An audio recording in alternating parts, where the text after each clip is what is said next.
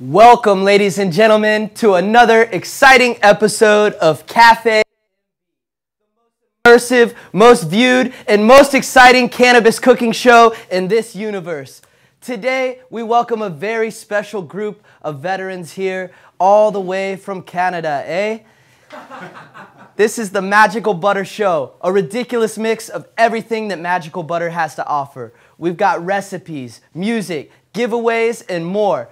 Come inside our offices for 3 hours of fun, take a look behind the scenes, and see what it's like to be a part of one of the most exciting cannabis companies in the industry.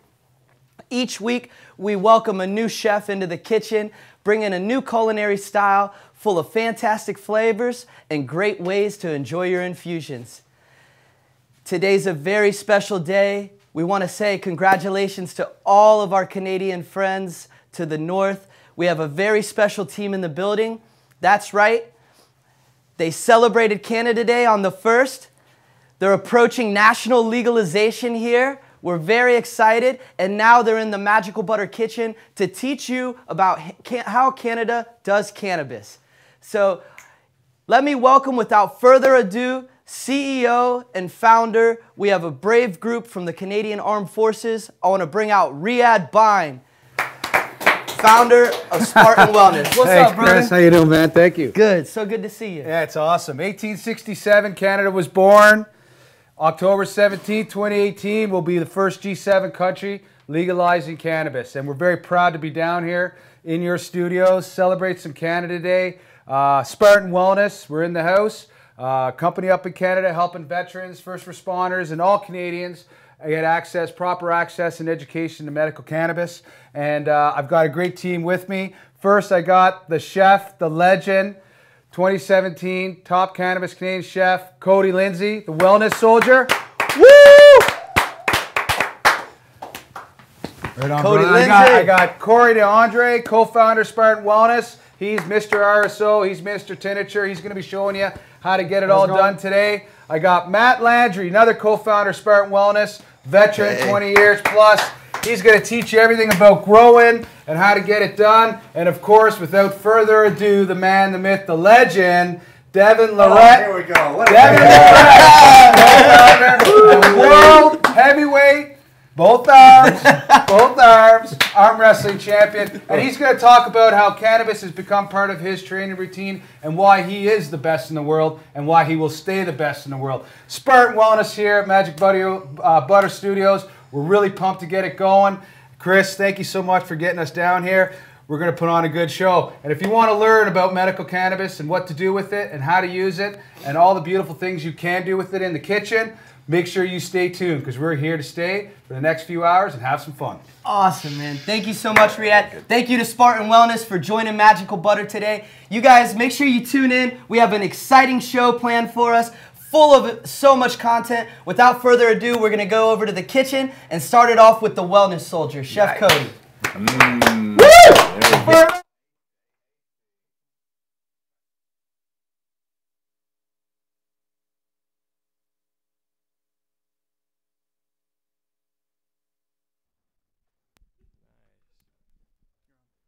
Introducing your host, the man who's spreading green butter all over your toast, Mr. Chris Whitener. Yay!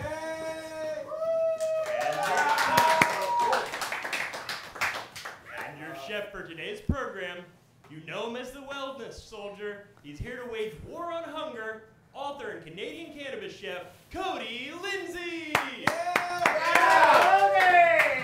Chef Cody in the building. How you doing, man? Good, man. Good. Very good. Thank you very much for having myself and the Spartan Wellness team down here today. This is going to be a fun day for sure. Very excited to have you guys here. It's an honor and a pleasure.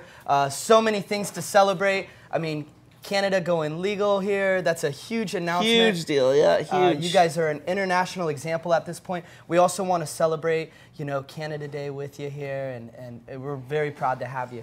So, you are known as the wellness soldier. Yeah, it's being a veteran myself. I did 7 years in the military, the whole time as a cook.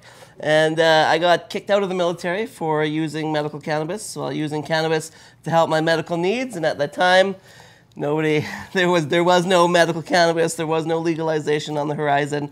So I got released for using medical cannabis, ultimately losing my career. And a couple years later, fast forward, my mom started 30 plus years in the military, same thing, came down with PTSD. Went to the doctors one day, 4 years later, just too many medications, couldn't understand her, just way too much on the go. So I was like, I got to do something. And that's kind of where the Wellness Soldier website kind of came from. Kind of a play on words. Soldier was a veteran, was a soldier, looking to help other Canadian veterans with wellness and health and wellness stuff. So play on words, the Wellness Soldier. And yeah. So that's amazing. So your mission here now is to teach veterans and teach people how to utilize cannabis and integrate it into their daily lives. Exactly. On the Wellness Soldier, there are multiple areas of health and wellness that we try to focus on. One being meditation, the other being small fitness routines, healthy eating, and then of course medical cannabis and medical cannabis cooking. Awesome. Yeah. So we got a few exciting recipes you're going to be whipping up today. So what's the first recipe we're going to be creating?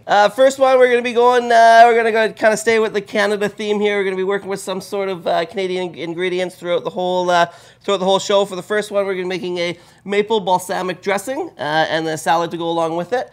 And then we're going to be making, so the Canadian theme, obviously maple syrup. And then the next one that we're going to be doing is a lobster mac and cheese with some East Coast lobster. Infuse it into mac and cheese. Who doesn't love mac and cheese? I heard Canadians love mac and cheese more than Americans. I don't know. That could be true. That could be true. And then we're coming to you with Canada's favorite dessert, the butter tart. Nice. Yeah. So that's going to be a full spread there. We're really excited to have you here. I see you have a book on our table here. I do. This is our Cooking with Cannabis cookbook. It is a collaboration between me and my wife. My wife is a photographer, and she did all the food photography in there. And then I did all the recipes and all the writing for it. And then our company that I got my medical cannabis from, Tilray, they took it, created it into a beautiful, well-designed book, and here we are. This is it. That's awesome. Yeah. That's awesome. So we'll definitely be giving people at home a chance to win a copy of the Wellness Soldier cookbook here. We're so proud to have you here. Definitely giving lots away for sure. And where can people check you out if they want to follow along? I know you're on Instagram and Facebook. We got the major four. We got Instagram, Twitter, Facebook, and YouTube. Multiple videos on YouTube. We're uploading every day. Just YouTube, The Wellness Soldier. And throughout all social media, it's The Wellness Soldier. The Wellness Soldier. Yeah. Real easy to find. So, Cody, Lindsay, let's get this thing going. We're about to make a maple balsamic glaze magical butter style. That's right, that's right. So we're going to start off with a vinaigrette, and vinaigrettes are super easy. If you're going to make one, the easiest thing to remember is 2 to 1, or if you don't really like vinegar too much, go 3 to 1. So that means 3 parts oil to 1 part vinegar. And what kind of vinegar are we using today? Today we're going to be making a maple balsamic vinaigrette, so we're going to be using balsamic vinegar. Nice. Yeah. Love that. Beautiful. So we're going to start with our oil. And so I guess if this was going to be a maple red wine, we would just use use red wine. Or red wine and herb, exactly. Instead of using the balsamic, you just use red wine, obviously not the maple syrup, with some herbs, and there you go. Perfect. Exactly. Perfect. So the easiest thing that we're going to do is we're going to start with our oil, dump it in. Right here we have about a cup of oil. And that's some olive oil. And that's some olive oil, yeah, just easy peasy olive oil. And then we're going to take our infused oil. Same thing, just, you would go by your dosage, of course. Perfect. So we're just going to add a little bit in small there. Amount there. Exactly. It's not about getting the most amount of THC or the most amount of cannabis in there. It's about getting some in there to make you feel nice, to make you feel medicated, not put you in the couch for the whole day or make you feel, not good throughout the whole day. So that's exactly. That's a great point. I know that, sometimes it can be counterproductive if you overindulge, right? Exactly. If you overindulge, and then exactly, it's just counterproductive. So we got the oil in there. We're just going to add the balsamic. Look at that. That's beautiful. And then if anybody knows anything about making a vinaigrette, it always tends to separate. I'm going to show you a trick on how to make that stop. And then, of course, so we got the tartness of the balsamic. Going on, and then it's going to be dulled down by a little bit about the oil. So that's where we're going to add the nice Canadian maple syrup in there. beautiful. You guys know good syrup, I tell you. And we got that syrup game on lockdown for sure. Definitely. So nice, pure You Canadian guys, maple syrup. We appreciate it. You were nice enough to bring down some maple syrup for all of us here. That's right. Oh, we got some real good stuff going on. So just a little bit of salt and pepper, spice of life. I don't know if those actually. I don't even. Hey, but it's supposed to be salt and pepper in there. Devin Laird, everybody. That was excellent. And then again, so the trick for if you're making a pretty much a vinaigrette of any kind and you don't want it to separate, just add a little bit of Dijon mustard in there. Perfect. Here is actually some salt and pepper for you, my man. Beautiful. There we go. These were just sort of props. All right, cool. Some fresh cracked black pepper. A little bit of salt, spice of life in there. Pink Himalayan. So you put some Dijon mustard and you say that's the secret to... That's the secret to keeping it emulsified. And what emulsified means is mixed together and held together. Nice. So if we just take that, keep it mixing. Becomes one. Man. Becomes one, exactly. That's great. And I wish you guys at home could smell this. It's really a nice, delicious, fresh way. And this is an easy, quick way to medicate by getting healthy food. It requires no cooking whatsoever. And it's something that you could do lunchtime or dinner time. Exactly. You don't have to worry about if you're going to overheat the cannabinoids or lose the cannabinoids from high heat because it's a nice raw product. Exactly. So we got it here. As you can see, it's nicely emulsified. It's gonna separate eventually, but for the time being, keeping it all nice and. So like if you stored this maybe in your fridge for a week or so. Exactly. You're going to see the separation eventually, but a quick shake and it's going to come back a lot more than without the Dijon mustard in there. It's going to start separating right away. Right. So we keep that. So what we got here, and then now, how do we use it? Well, we use it on salads, however you want to. This could also be used to marinate meats in, right? You could use it to marinate meats. Don't expect to get, if you're going to use it to marinate meats and then throw the meats directly in the oven for 20 to 25 minutes, it's probably going to be too high. Cannabinoids are going to burn off. Don't quite expect it to get you that high. That's why I like having kind of a raw process on the side or something that's not going to heat up way, way, way too much. That's how I like to use it, just so, patients too, that way you don't have to worry about, oh my God, did I burn it off? It's not working. I don't feel it. What's going on? Right. Yeah. You don't want to ever degrade your cannabinoids there. So Canada Day just passed, right? July 1st? Yeah, July 1st, yeah. Wow, man. Yeah. That's a big deal. And that's basically the Independence Day for Canada, right? Yeah, exactly. That's our birthday. That's when we became a nation, a full Canadian harmonized nation. Yeah. That's amazing. Yeah. And how did you spend your day? Did you do anything special? I spent it with family and friends. Yeah. Went to a buddy's house. Went and did a big barbecue. Had the family going on there. Were you cooking there? No. Well, yeah, I was, but it wasn't too bad. It was just some meats and stuff like that. It's not like I was cooking for the whole barbecue. Yeah. So it's kind of nice. Yeah. I hear that a lot. Like a lot of chefs, I mean, you're always cooking. So then when it comes to your personal life, it's hard to find time to cook. Right? It's hard to find. Don't get me wrong. I'm a chef, and I know how hard and how pain in the ass it can be to get in the kitchen day in, day out, cook for yourself, cook for your family, cook for other people, trying to come up with new stuff, trying to keep it fresh, trying to keep it live. And yeah, like I said, even I know how hard it can be to get in the kitchen, stay in the kitchen, and come up with new ideas. Yeah, so it's nuts. That's why, recipes like this, if you had something, it'd just be a quick shake, salad dressing done, and then you could throw it on whatever you want to. It's just all about having your prep and arsenal kind of ready to go. So we got our maple balsamic dressing here, all complete, and now we're gonna toss up a fresh salad. A nice fresh salad, exactly. Cool. So we got some spinach here. Just gonna add a couple onions in there. A little red onion mixture. And I see you've already chopped those up ahead of time. I really appreciate that because onions, they tend to make me tear up a little bit. I don't want to cry in front of you guys. Exactly. And then we got some nice purple cabbage. Just kind of add a nice little crunch in there. Nice crunch and nice color. Nice crunch, nice flavor. This is beautiful. I love purple. And then we're gonna add a couple of our pecans in there. You can candy them if you want to, or just nice roasted pecans. Just add a nice little crunch in there. Ooh, don't mind if I do. Delicious. And then for a little bit of sweetness, we're just gonna cut up a little bit of an apple.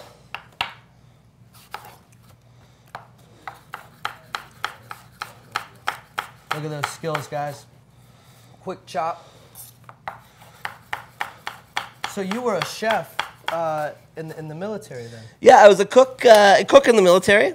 Cooking for all the guys? Cooking for all the guys, 500, 600 plus guys. That's where I learned how to do cooking. And then, like I said, when I got released from the military, I was like, well, what do I do now? Were you limited depending on where you were as far as like the ingredients that you were able to use? Like when I was out sailing? Yeah, like stationed in specific Yeah, big time. Yeah, the amount. And it was kind of cool because we'd get different kinds of foods in the different kind of nations that we were in. Right. So what, they consider orange juice versus what we consider orange juice, or vice versa on multiple other things. It's like, oh, this is really cool to see just different cuisines of the world. So yeah, it was definitely really neat to see all that. Do you feel that that's sort of inspired your cooking style? You have more of an eclectic style now due to your experience overseas? Due to being out, oh yeah, big time. Due to seeing different cultures, due to seeing different parts of the world and how people do it there, and how again, just how they do it is just absolutely amazing to get that culinary experience under your belt. So when you go in and do something, it's like, oh yeah, I remember how they did it over there. I'm gonna try that here, because that's learning the real authentic way, rather than you go to some place like, oh, that's not how they truly make that over there. So I know, like when you're stationed overseas, it must be difficult to be away from your friends and family for such a long amount of time. Did you ever find yourself trying to cook something that the fellas are gonna really love, or maybe some real good comfort food that reminds them of home? The craziest, one of the craziest things that we cooked on ship, and I always treated food as morale. I knew that I had a lot of power in my hands for the troops, for people coming across the steam line. Somebody could have an absolutely shitty, horrible, bad day. They come through, you can see it on their face, giving the guy, 2 extra shrimps. We love you, Cody. Giving the guys 2 extra shrimps, or an extra helping of rice, or an extra helping of whatever. Or, hey man, you mind if I grab some of that? And giving it to them is absolutely huge. And I knew having that power, I could help a lot of people through food, through the steam line, and through everything for that. So yeah, I loved that aspect of cooking too. That's amazing. Yeah. That's amazing. Yeah, I come from hospitality, so I kind of, through bartending and serving, there's always that little bit of like, here's some extra. Yeah, that little extra, showing them that you care about how they're feeling or how they're doing goes a long way when they're already feeling like nobody does. Definitely. Yeah. Definitely. So again, we got our salad kind of mixed up. We're just going to take some of our, that's what the Dijon mustard does. It's been sitting here for multiple minutes. I gave it a couple stirs here and there, but nothing too crazy. So when making salad, obviously we're not going to dump that whole amount on there. The point, what I like about salads is just to nicely coat the leaves. So just take that. And so how do you see the differences in the effects of ingesting cannabis through eating it versus smoking or maybe vaporizing? Just the amount of time. The amount of time you can, eat a nice salad that's been cannabis infused and feel it for pretty much mostly the whole day. Mm-hmm. Whereas smoking, 45 to an hour later, and you're smoking another one, or want to smoke another one, or whereas I find that, of course, eating it, as it runs through the liver, it stays in your system a whole lot more. Mm-hmm. And then, although it's not like psychoactive like smoking, you still feel it. Like you still feel it within your body, and that's what I like about it. Yeah, the effects will last a lot longer. A lot longer, yeah. When you ingest it. Wow, so I got a little piece of leaf there with some of that dressing on there. It has such a nice, bright flavor. And that's what it's all about, right? Especially summer, syrup. Freshness, yeah. Beautiful. Maybe I could grab a couple waters up here too. That'd be great. So do you use maple syrup in a lot of recipes, or you try it? It's not that big of a deal. Whenever you start getting it when it starts becoming around maple syrup season. Start seeing it, especially when I was living in Ottawa. It was definitely maple syrup season. Start seeing all the stands downtown. Everybody start carrying all the local maple syrups and stuff like that. Then you get excited and invigorated. It's like, oh, look at that maple syrup. Oh, look at and then of course there's different kinds of maple syrup, because you got the lighter ones, and you got the darker ones, and you got the medium ones in between, and then it's playing with different recipes and playing with stuff like that. So yeah, it does get fun. Yeah. That's cool. You could just basically tap into a tree in your backyard, right? And get some... Yes. Yeah. Yeah, 100%. Yeah. There you go. Cool. So we're live right now in the kitchen. This is the Magical Butter Show. Drinking a little water, keeping our palates fresh. I got Chef Cody Lindsay in the house, the wellness soldier, and we're whipping up a fresh cannabis-infused salad dressing here live in the kitchen. We just combined maple syrup, some infused olive oil, a little bit of regular olive oil, balsamic vinegar there, a little bit of Dijon mustard, and boom, voila, you got a maple balsamic dressing, and you've assembled a delicious fresh salad. So we got, that's right, we got it tossed up. We got some nice gala apple in there. We got some cabbage, we got some red onion, we got some pecans, so it's already mixed up. And then if we're gonna be serving it, we're obviously gonna put a little bit extra on top so everybody can see the amazing ingredients that are in there. Beautiful. Just like that. And then we're gonna take, like I said, a little bit of pecans. And this is a perfect salad for summertime right here. Exactly, and then some nice fresh crumbled goat's cheese. Again, just on top, just to bring it all together. And just a super simple salad. You could simply, you know, add a piece of grilled salmon, shrimp, maybe some chicken right on top of this thing. Right on top of that, exactly. Or even some hemp hearts for some vegan protein in there, other protein powders and stuff like that you can put on top. But essentially, yeah, that's her. Wow. Super easy, super light, super fresh.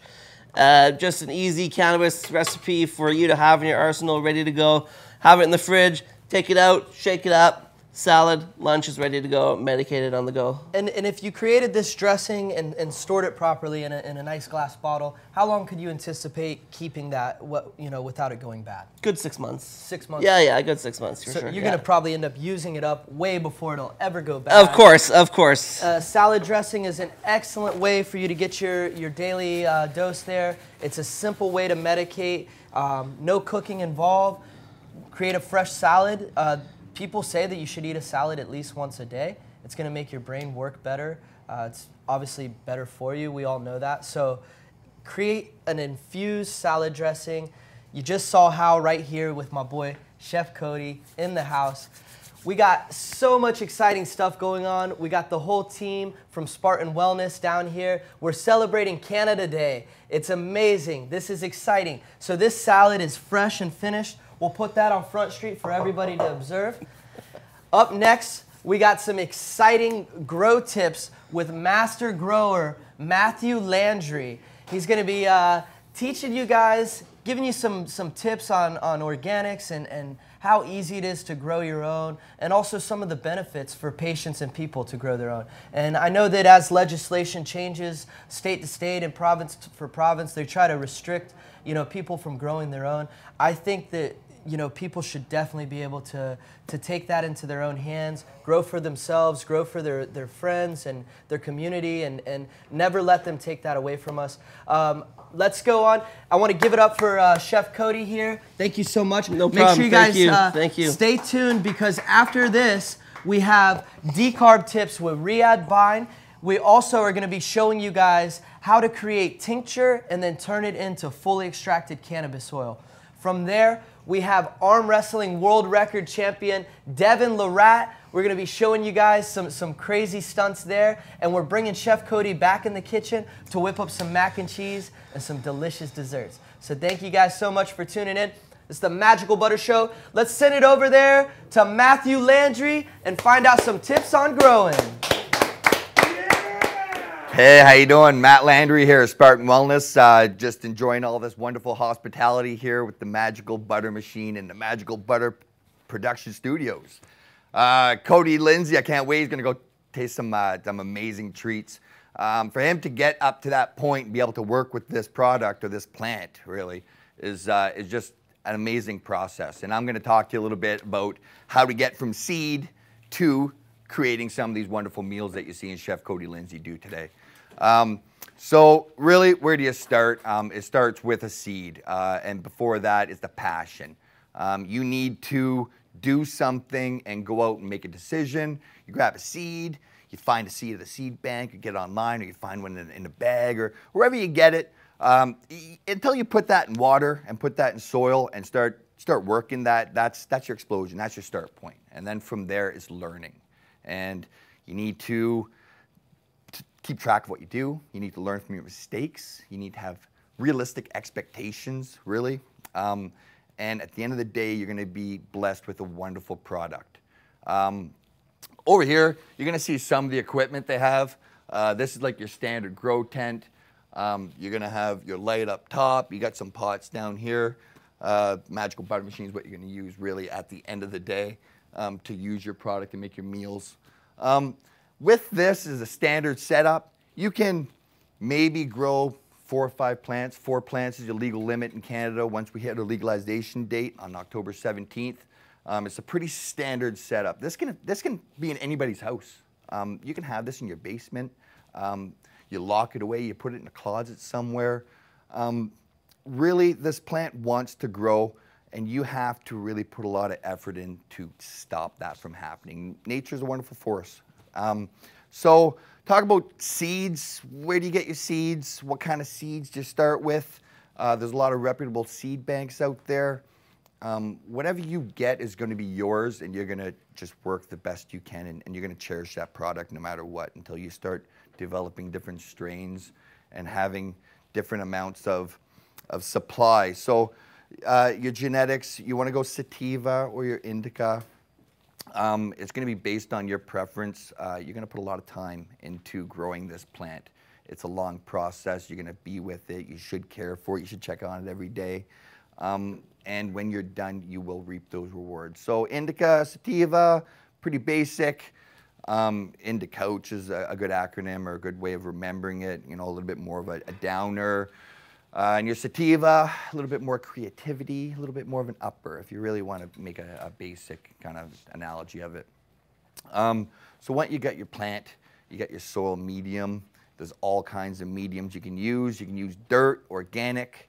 You can use just a bucket with an air stone that bubbles up like an aquarium. And with the right nutrient mixes, you can grow with a proper light, and that's all you really need to do. As you go and you develop through different growth styles and techniques, try different stuff. And you know, you'll find something that you like that works for you, and that's really your best option.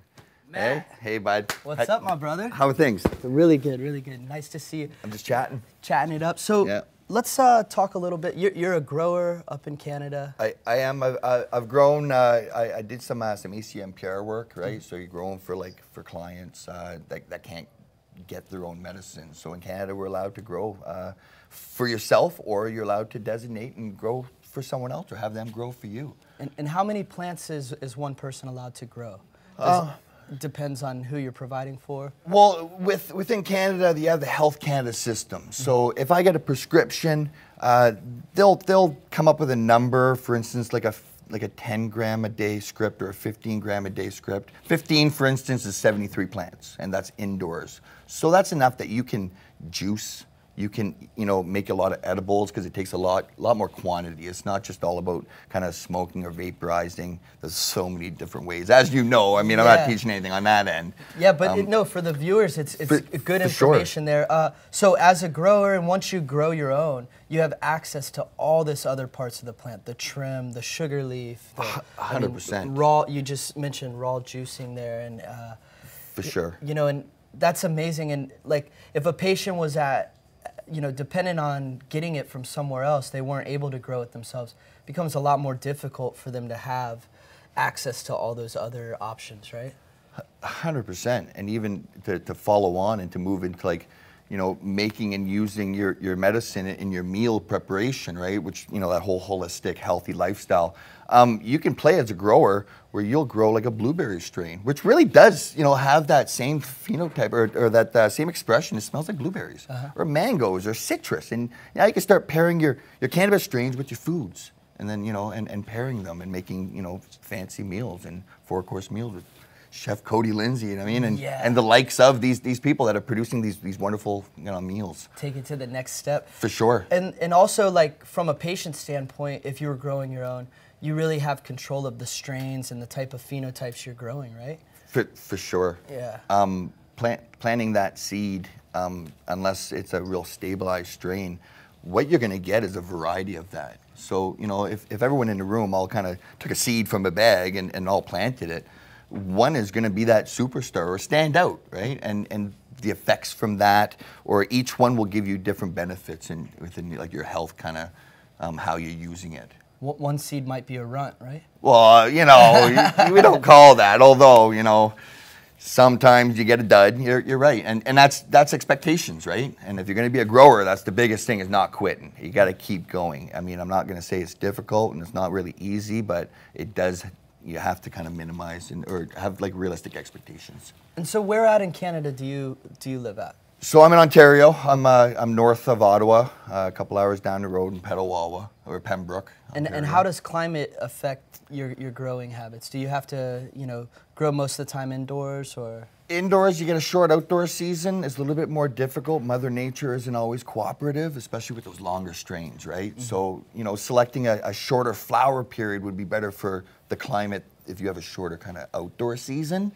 But indoor, it's wonderful. Mother Nature provides free air conditioning, you know what I mean? Yeah. So it's the only kind of positive thing I can come up with winter, you know what I mean? I like snow and stuff like that, but it's free air conditioning.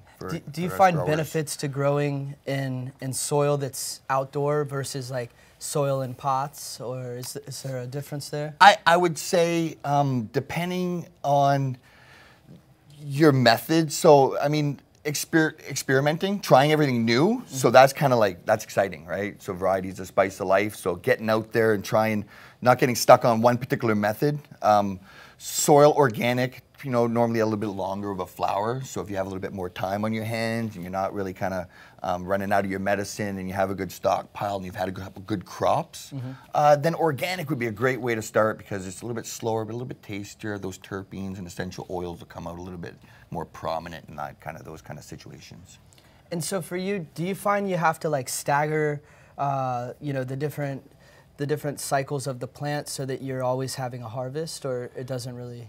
Staging, or like the sea of green kind of, it's a great method. It's a great method of having that fresh kind of plant available to you at all stages, because even during the veg or the growth stage, you can take from those plants and get your juicing. Right, the raw form, right? So if you're only have one kind of window at that, now you're kind of stockpiling for the next kind of cycle to go through. Whereas if you're staged, you always have access to, you know, your final product, some veg leaf for the raw form. So it's essential. Yeah. And can be done on small scale. 4 plants, you know, rotate within that one kind of small cubic space.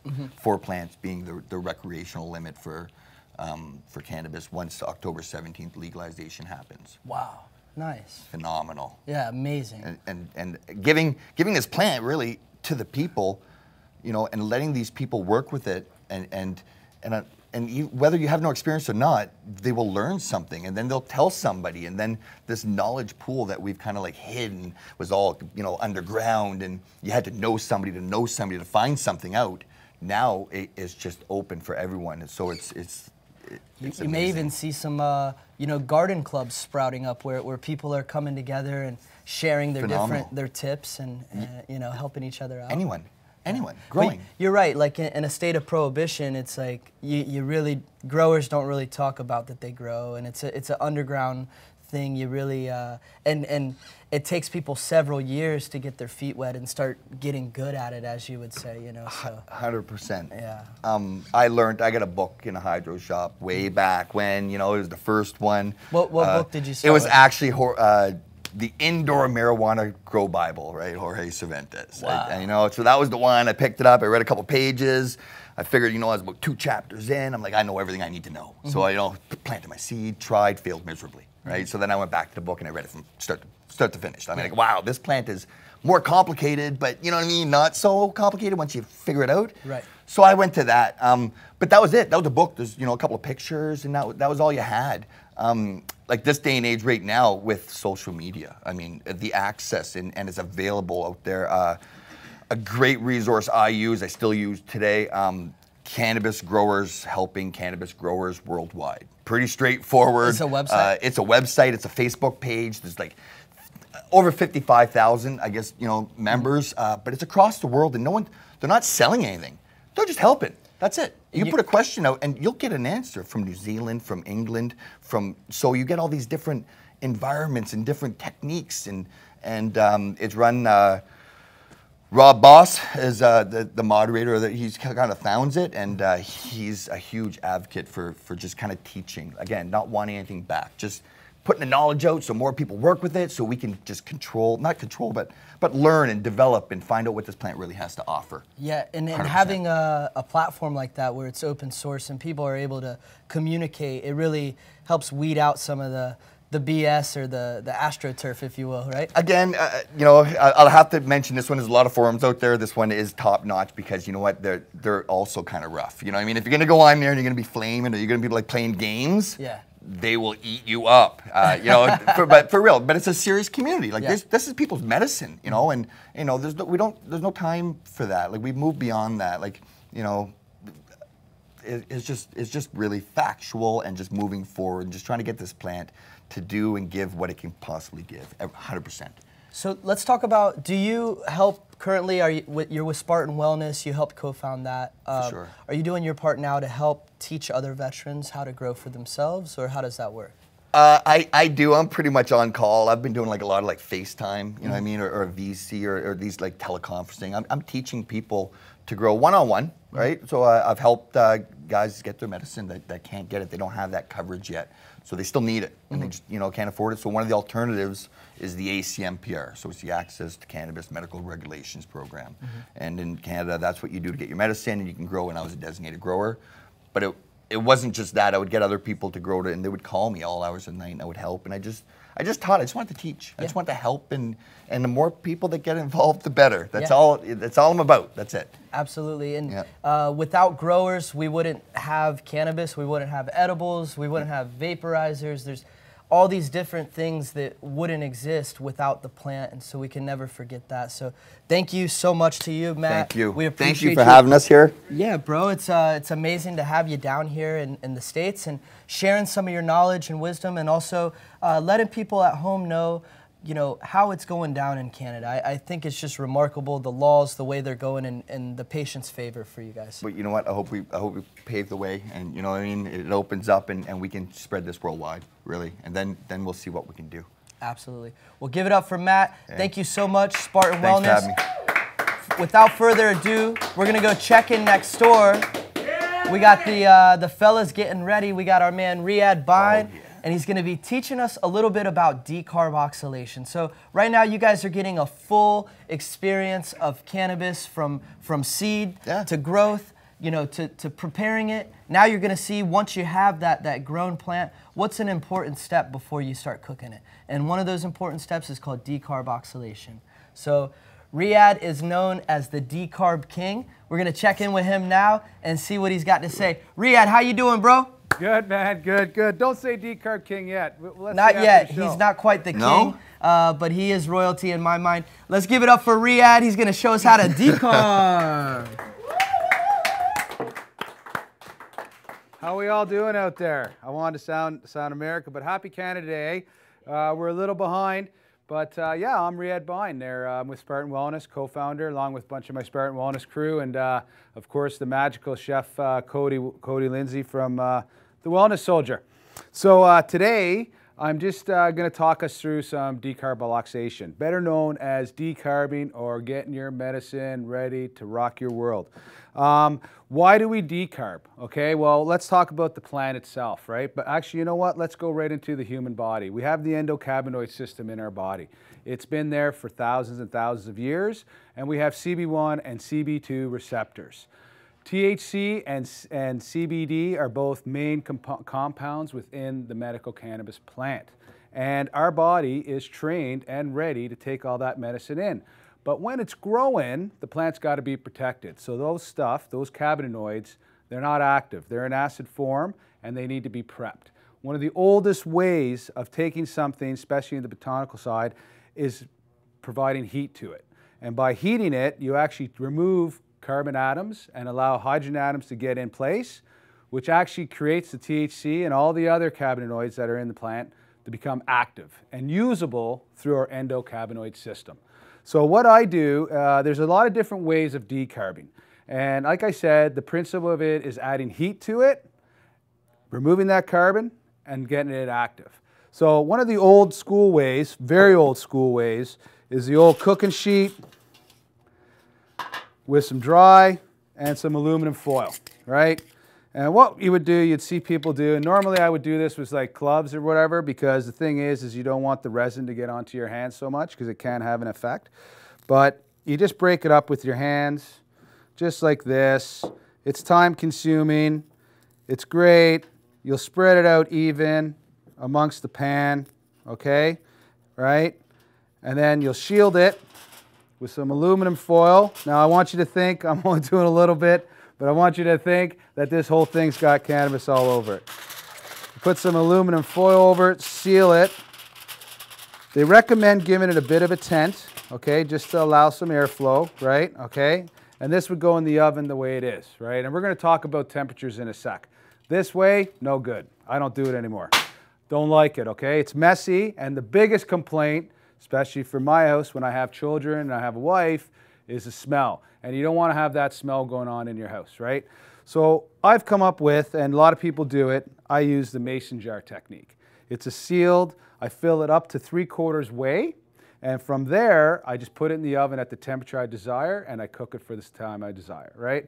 The beauty of this is, and this way here, is it maintains the terpenes and the flavonoids, right? And terpenes and flavonoids are another part of the medical cannabis plant that add actually a medical value. It gives us its scent, and it actually gives us its taste. So when you hear somebody say, you know, purple kush, pink kush, all that kind of stuff, there'll be certain terpenes and flavonoids that are tied to that will give it a distinct taste. So when people become more connoisseurs and they smoke a joint or they vape or they taste it, then they know, they say, oh, that's from that family, that's from that family.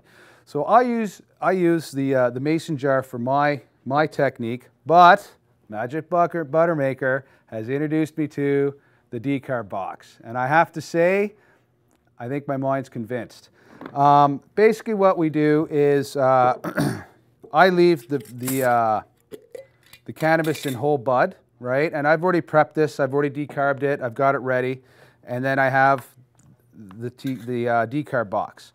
So if you actually look at the two buds, right, and I look at it and you can see the decarb box bud is definitely more decarbed than my mason jar, okay? And the beauty about this, and I'm going to explain the two in a sec, is that this is giving you more medicine available to you, right? So how does it all work? How much heat are we putting onto the cannabis? How are we getting it ready, right? So you're going to hear a lot of go-to timings, the cooking sheet method. A lot of people will say, you know, 245 degrees Fahrenheit for 30 to 45 minutes. Depending on what cannabis strain you're working with, sativas you can tend to cook a little less, indicas you want to cook a little more just because they're a little more thicker. CBD always will require a little more because it's not so readily available on the surface of the plant, so you have to prepare that CBD to get it into, to get it active as well. So what temperatures do I cook at? Well, my temperatures, I like to take my time when I decarb. I'm all about maximizing my dry to make sure I have optimal medicine exposure. So in the mason jar, I'll do anywhere from 2 hours to 2.5 hours at 200 to 210 degrees. In the decarb box, I did the same sort of approach, right? And it came, the experience is fantastic, right? So what happens with the decarb box versus my mason jar method is I have no temperature range. Whatever my stove is telling me is what I have to trust, right? And I have no internal temperature that's telling me what my internal temperature is. So most stoves, when electric, if you light them up, you're gonna say 200, it's probably gonna have fluctuation of 5 to 10 degrees Fahrenheit, right? Whereas with the decarb box, with the system they have, it comes with a little thermostat. So essentially what you do is you just add this thermostat in. It's closed, right? Just as such, and it would go in the oven. I would set the temperature that I want on the button, on the thermostat, and this would sit outside the oven. So in actual today, when I was decarbing, I realized that my 210 approach was actually only working around 190 degrees Fahrenheit. So I'm not getting full exposure to the heat on the mason jar level. On this, on the decarb box, I did, because I was able to adjust the temperature later on. And it came out with some beautiful beautiful decarbed, dry, ready to use marijuana to use in your magic butter maker, or even smoke it. A new thing that's happening now with a lot of people is they're actually decarbing their medicine and then actually vaping it and smoking it, because the actual medicine is readily available, much more than if you just smoked a cigarette. Okay, let's talk about timings. Everybody's looking for those timings. So my method is simple as this. Between 200 and 210 degrees Fahrenheit, for anywhere from an hour to an hour and a half, you're going to get the best exposure, and you're probably going to be around the 75 to 80% active medicine within your dry cannabis. If you're in a rush, right, like they said, the normal one is 245 to 250 for about 45 minutes. You never want to go over 340, because then you start actually decomposing and disturbing the terpenoids and flavonoids, and you'll burn those off, and you'll just get a very burnt, dry bud. And that bud is no good. Other than that, that's what decarboxylation is. Decarbing, you're exposing your dry cannabis to heat to get it active so it's readily available when you do your other processes with it, whether that be cooking, extracting into oils or tinctures, or like I said, just smoking it raw, smoking it as it is, or sprinkling it on a salad, or whatever you want to do. But once it's active, it's readily available. You don't have to do any other process. Riyadh. Yeah, man.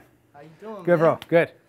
Bro, thank you so much for explaining this to everybody. It's been a lot of fun. You know, we came up with this decarb box about a year ago, and people have really responded well. They enjoy the experience they have. You had a good time with it here. You know, the thermometer's giving you some accurate measurements. The herb smell up here is just delicious. I mean, once you've activated that plant matter, it really has a different aroma. Yeah, exactly. Well, you are releasing all the natural flavors and flavonoids of the plant. So that's why it's so important to decarb and not overcook it, right? Because once you overcook it, you actually, like I said, you're destroying a lot of the medical value in the terpenes and stuff. And research and science is showing that those terpenes and flavonoids play a big part in the medical cannabis, the full entourage effect of the plant, right? And that's what we truly need for ourselves. And that's why I like the decarb box. It's great, actually. You know, I'm going to use it moving forward. I can take this kit with me wherever I go. With this thermometer here, this reader, I can easily calculate and make sure the oven's working 100% wherever I am, and I can get my best medicine wherever I go, right? That's great. And what piece of confidence can you give the people at home? Because we have people calling us all day long, and they're scared. They're a little bit nervous. They're hesitant. They don't want to put, you know, their priceless plant matter in the oven. And for some reason, they've read about decarbing, but there's a lot of misconceptions out there. The internet has so many different, you know, explanations there. What little piece of confidence can you give someone at home to let them know that decarbing is the right thing to do? And if you're planning to ingest your herbs, it's absolutely essential that you first heat them up to that perfect temperature. Yeah, well, no, and you know, decarboxylation, the science behind it is simple. You're applying heat to a substance that's protected by a certain atoms that's keeping the actual cannabinoids static. So they're not functioning, let's just say, okay? So when you actually apply the heat, which is really the oldest process of doing it, you're actually removing those carbon atoms and actually letting hydrogen come in to let those cannabinoids start flowing around and become active, right? And once it becomes active, that's when you're going to get the most medicine. A lot of people were all used to smoking. Smoking, because of the flash point, you're actually burning off a lot of the medicine in there, and you're never really realizing the full potential of the strain. You're actually wasting money smoking than if you were actually to decarb, because you'll get a lot more out of that plant once it's active throughout than you will smoking a joint. Yeah. And people don't realize it, and it is becoming a trend now, and you know, Devin can speak to it, and I've tried it, and I think we're all going to try it more now, is actually smoking your decarb marijuana, your decarb medical cannabis. You know, the beauty of the medical cannabis is it's all sort of new to us, right? And there's lots of stuff that's been developed, and it's not going to kill you, you know? And so you can learn how to, you're empowered now to take care of yourself and use medicine properly. And this is the beauty about medical cannabis. It's been around for millions of years, you know what I mean? So, you know, humans have been using it since the beginning of time. And to decarb it, and it was something they were doing way back when, and we're still doing it now. And it's the best way.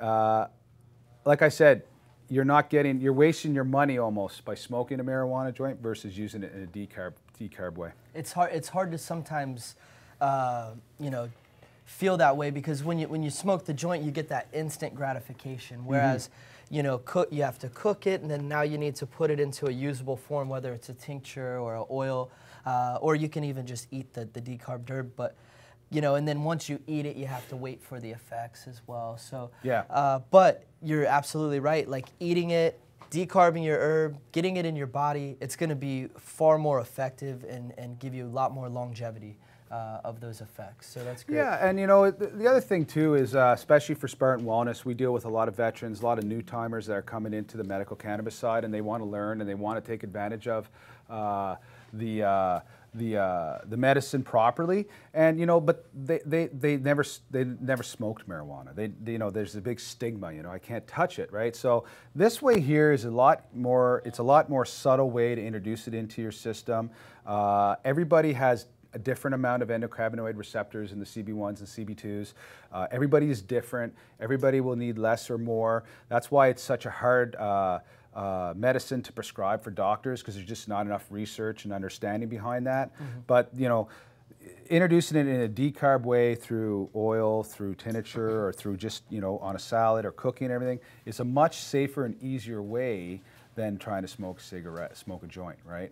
Because, you know, if I'm brand new to smoking joint and I take one puff, that could be enough. That's it. I'm done, right? Whereas this way, I can control it, and as well as too, when you're decarbing your own marijuana, you know what it is, you know the strain, you know the percentages.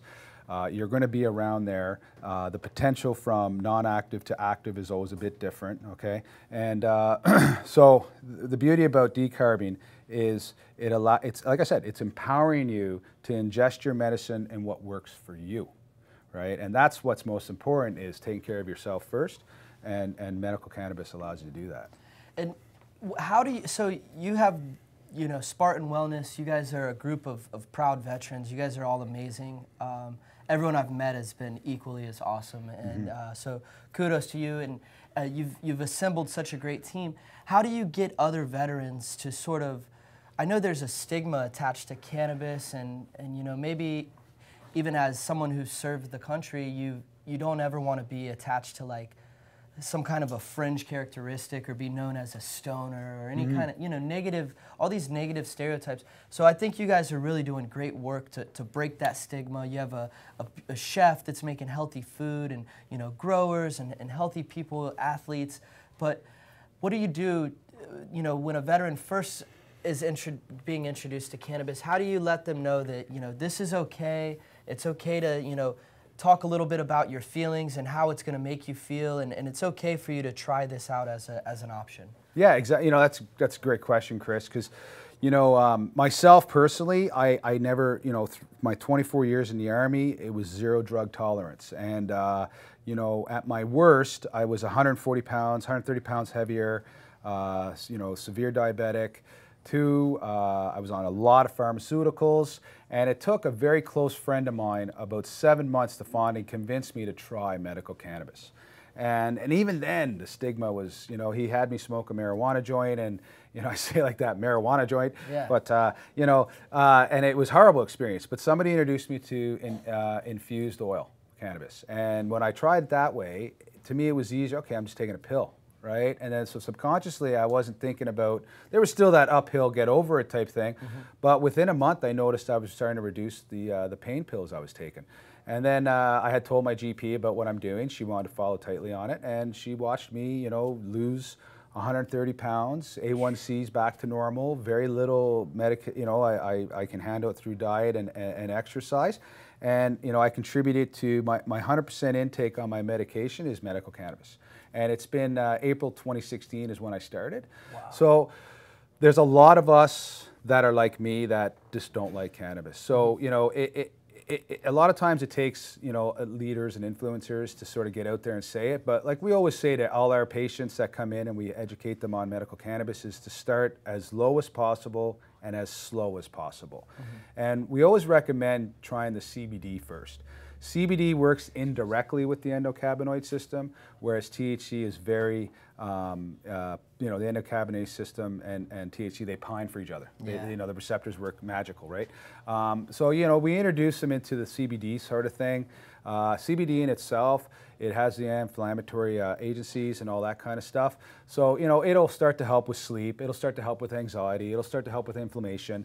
And then once they start to see the non-psychoactive effect of it, we can educate them slowly. And a lot of guys, a lot of us too, you know, soldiers, veterans, we're not, you know, we know how to do things. So when we find something that's sort of working, we're going to go and start asking the questions ourselves again and say, hey, okay, how does this, you know? Yeah. And a lot of times they start realizing, okay, a THC profile 1-to-1 or 2-to-1 starts to help, and then they, you know, they introduce it to themselves slowly. But the biggest thing we can always have to enforce, and everybody paying attention now, is if you're going to try anything medical cannabis, always start as low and slow as possible. Let the experience be rewarding. Too much cannabis, you are going to feel, you know, too euphoric or too crazy. You know, sometimes it can get you a little bit wired up, and it's really just, you're going to go to sleep eventually. But you know, it's an unknown experience, and it can scare you, and that's where a lot of the paranoia comes from. Yeah, and, right? and for someone who's first starting off or just trying this out, having a bad experience the first time is like the worst thing ever, because now it's going to be a lot harder to convince them to you know, try that experience again. Yeah, exactly. That's good advice. And you know, every person is different, and you know, I know from a patient standpoint, there's a little bit of, you know, self-strategy that's required. You have to figure out what's right for you, and what strain is right for you, and what method. So yeah, like, you know, and if we talk about strains real quickly, you know, we talk about indicas and we talk about sativas. Now, you know, over time, through the last few years, they've gotten a really, you know, sativa is the stuff that gives you energy, and you know, indica is what makes you tired and goes to sleep. Well, you know, yes, the strains are like that, but they don't necessarily work. Everybody is different. So, for example, with my time in the military, I have a very heightened flight. I'm very agitated a lot. So, you know, when I started using sativa but I was still very lethargic and depressed, right? So I didn't have any energy during the day. And, you know, I started using sativa, but then it got me ramped right up. And then I was like worse off. I used to go into friggin' IKEA, and then I had to run away because I was having these panic attacks, right? No. It was horrible. And my kids are like, what's wrong, Dad? We gotta go, right? Yeah. There's no exit, whatever. So once I learned that indica at a certain level, certain percentage with a CBD combination, and I empowered myself. I learned it over the time and experimented, talking to friends, getting educated from other veterans who've used it and so forth, and great resources like MagicalButter.com and so forth. I learned that indica is my go-to. So during the day, I'm at a very low indica, and I stay very managed. I don't get the stress, the anxiety. It still comes. We have to face it. Like, you know, we always get the stresses and stuff, but it's being able to manage it, right? And be able to go through it and deal with it one-on-one. And that's the beauty about medical cannabis. Whatever strain of stuff works for you, it gets your head to a space where when that problem comes, you confront it. You can get yourself through it through some good grounding techniques, through other stuff that there's a lot of medical advice around there for you, and you're able to deal with it and then carry on, right? So when the kids are screaming in the back seat of the car, which used to drive me nuts all the time, you know, now it's like, okay, guys, I'll put on a song, let's relax, right? Yeah. So it works, right? And that's the beauty about medical cannabis. So it's about really finding what works for you, but the safest bet always is to start with the non-psychoactive exposure with CBD, and CBD can be grown in a sativa version and an indica version, right? So you can get the up or the down sort of rest feeling through CBD. Once you have that exposure and you become comfortable, then you can start to expose THC.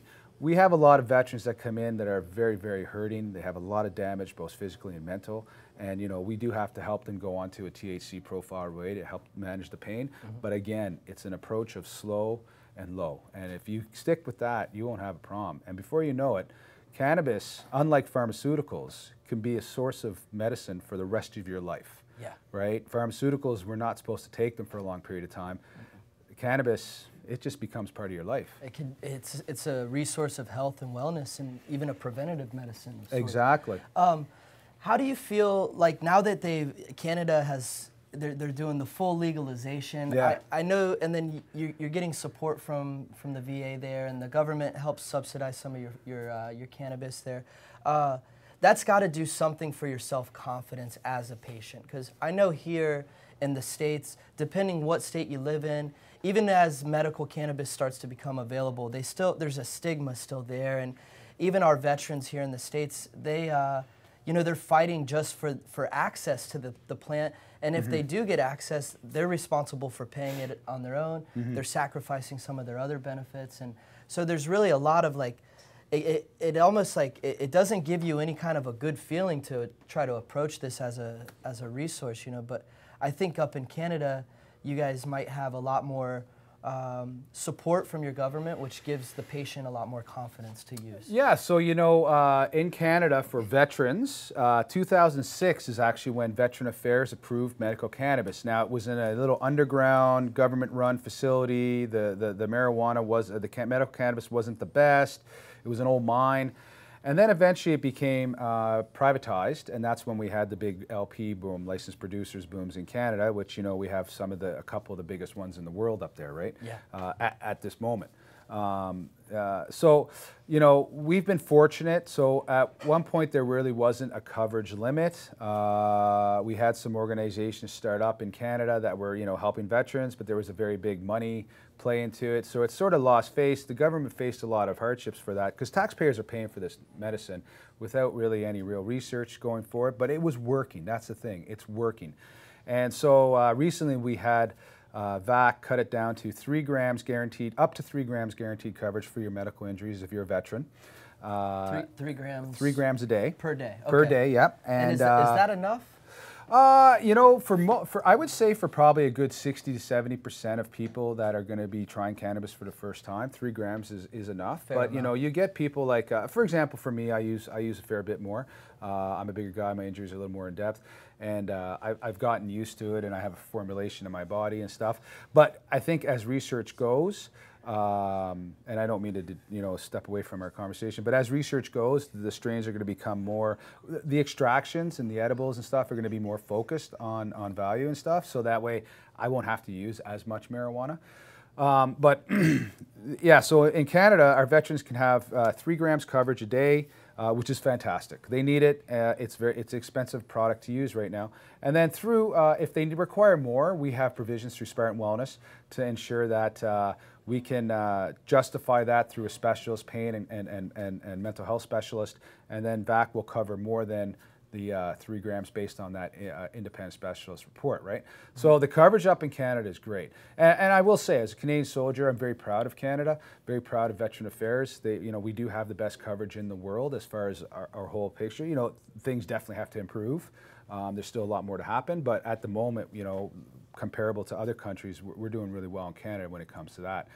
You guys, though, the Senate just did that bill there for veterans to get prescribed, keep track of doctors keeping track of veterans in Canada, and I'm hoping the big guy gives you guys a signature to say you get your medical cannabis covered for veterans here, because that would be huge. It would be super huge. It's massive, because we see every day the results of what it's doing for veterans, first responders, police officers, but that's just the tip. What it's doing for the spouses, what's it doing for the families, the kids, right? The kids aren't using the medical cannabis, but the outcomes from the parents and the dad using it and the mom using it and the service friend, it's just your family again. And one of the things I enjoy right now is the time I spend with my daughter. For a few years there, I was very disconnected from both my daughters. And we've rebuilt some bridges, and I owe it to medical cannabis and my veteran friends and Spartan Wellness. That's a great point. As I met with different veterans and heard their stories, not only are they affected by their pain and the PTSD that you suffer, but like you said, your daughter and your spouse and your whole family is affected. So if you have something that's able to give you relief and make you a more compassionate and loving person and let you connect with your family, it only makes sense. And I'm so proud of Canada and what you guys have achieved up there and how they're supporting you. And I can only hope that here in the States, some of our leaders are watching and they take note and sort of help push this along down here, because as I spoke to you up in Toronto, you were telling me that there's a large population of U.S. veterans that actually have migrated up to live in Canada to take advantage of those benefits? Yeah, so we have a policy within Veteran Affairs, and it's through the FCO. Basically, if you're a foreign Commonwealth member, and obviously I have to be 100% correct on how I say it, but you can apply through VAC through this program to be covered for benefits that are awarded through your home country. And I believe it's just a cross-billing sort of thing when you're living in Canada. What we would love to see is, the Americans that are living in Canada to get the same benefits or at least some support for medical cannabis like we're doing. We have a lot of American veterans. I have a lot of experience working with American soldiers overseas. Our whole team has. We've sweated blood, sweat, tears together, doing good things for our countries, and we got to look after each other's backs. So whatever support we can do in Canada to support Americans, veterans from all countries, we want to do that. And there is a program, like I said, in Canada under Veteran Affairs. It's a little bit hard to apply to, but we're hoping that, as the medical cannabis for veterans comes into play here in the United States, and like I said, I'm really hoping the big guy gives a signature on that because, it's the right thing to do. We're hoping that, the Americans in Canada can benefit from those as well, right? And it's so important. And the beauty about medical cannabis is one of the biggest things we always talk about our team is great things happen together. And it's something, when you all go drinking together, a whole bunch of shit happens, right? You know what I mean? And I could tell you, a lot of times the guys have to tell me what I did the night before, right? But with medical cannabis, you don't have the violence, you don't have the outbursts, you don't have the stupidness that's associated with things. It's just a fun time. But biggest thing is that when we're all together, we can start talking about the issues, and we can start talking about the problems.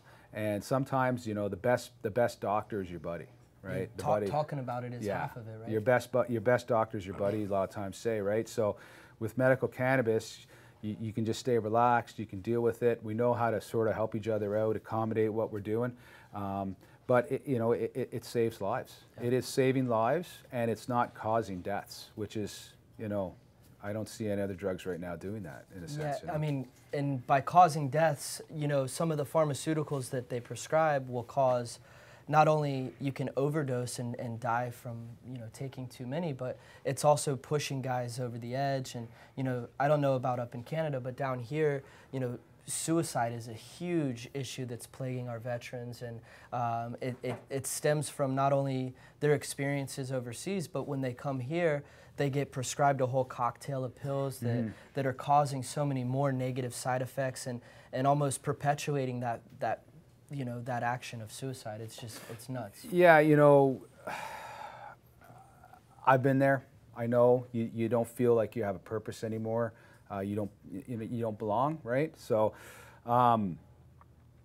it's one of the hardest things is leaving the military and then coming on to Civvy Street, right? Because it's just, and I had a great talk with your mom about that earlier today. A fantastic woman, and she had the experience with the VA and everything, and we talked about that for a good 20 minutes. And, you leave the military, and you're leaving a culture where, you worked with each other for a long time. You all support each other. You did things. You drank together. You fought together. You met girls together. You fought, you went overseas together.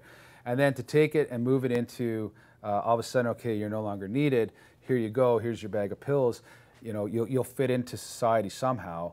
It just doesn't work, right? And, we found with being a veteran organization, we're trying to create that culture where it's like you're coming back into the Army again, but in the medical side of things, right? And we're a lot more relaxed this time. Yeah. And, in Canada, unfortunately, there's no real Veteran Affairs Canada medical system that provides the services. We're all under the privatized thing. So, guys get lost going to this and going to that. Girls have to go to one physio place or wherever. And, in the States, you guys have a pretty cool service providing system where the veterans can go to the VA or they can go to private, but they have that outset, right? Whereas us, it's really just communicating to get the coverage to go somewhere. So it's hard. Veterans are worth a lot of money because we have the coverage. So, we tend to be taking advantage of that. And, as a veteran organization, Spartan Wellness, we said we want to make sure that, we pay it forward. So as a profit company, the money coming in, that we receive for supporting veterans, we're pushing a lot of that back out into the veteran communities as well, right? And it's got to be give and take. And you know, a lot of us, it's still about serving Canada again, right?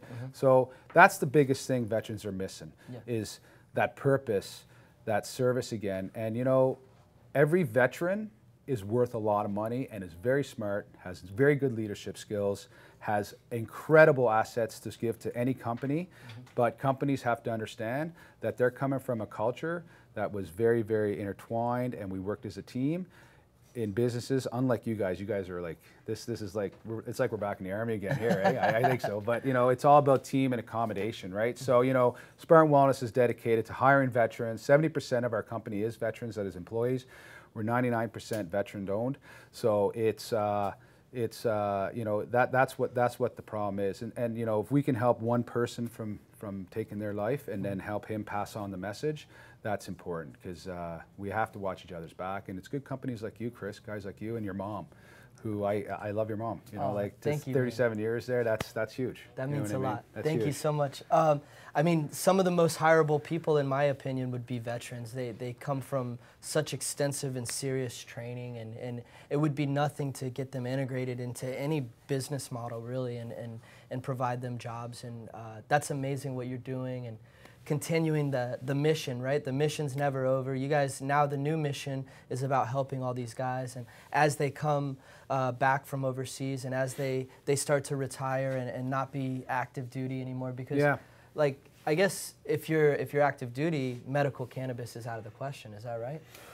Yeah, currently right now, you know, with the legalization coming in Canada, there's been a lot of talk. I've talked to a lot of my military colleagues who are still serving and so forth, and you know, it's a very tricky scenario, because if you look at it as a medical side, it's, you know, it's very easy to incorporate, but then, you know, with the recreational side, it takes away from that medical valuation.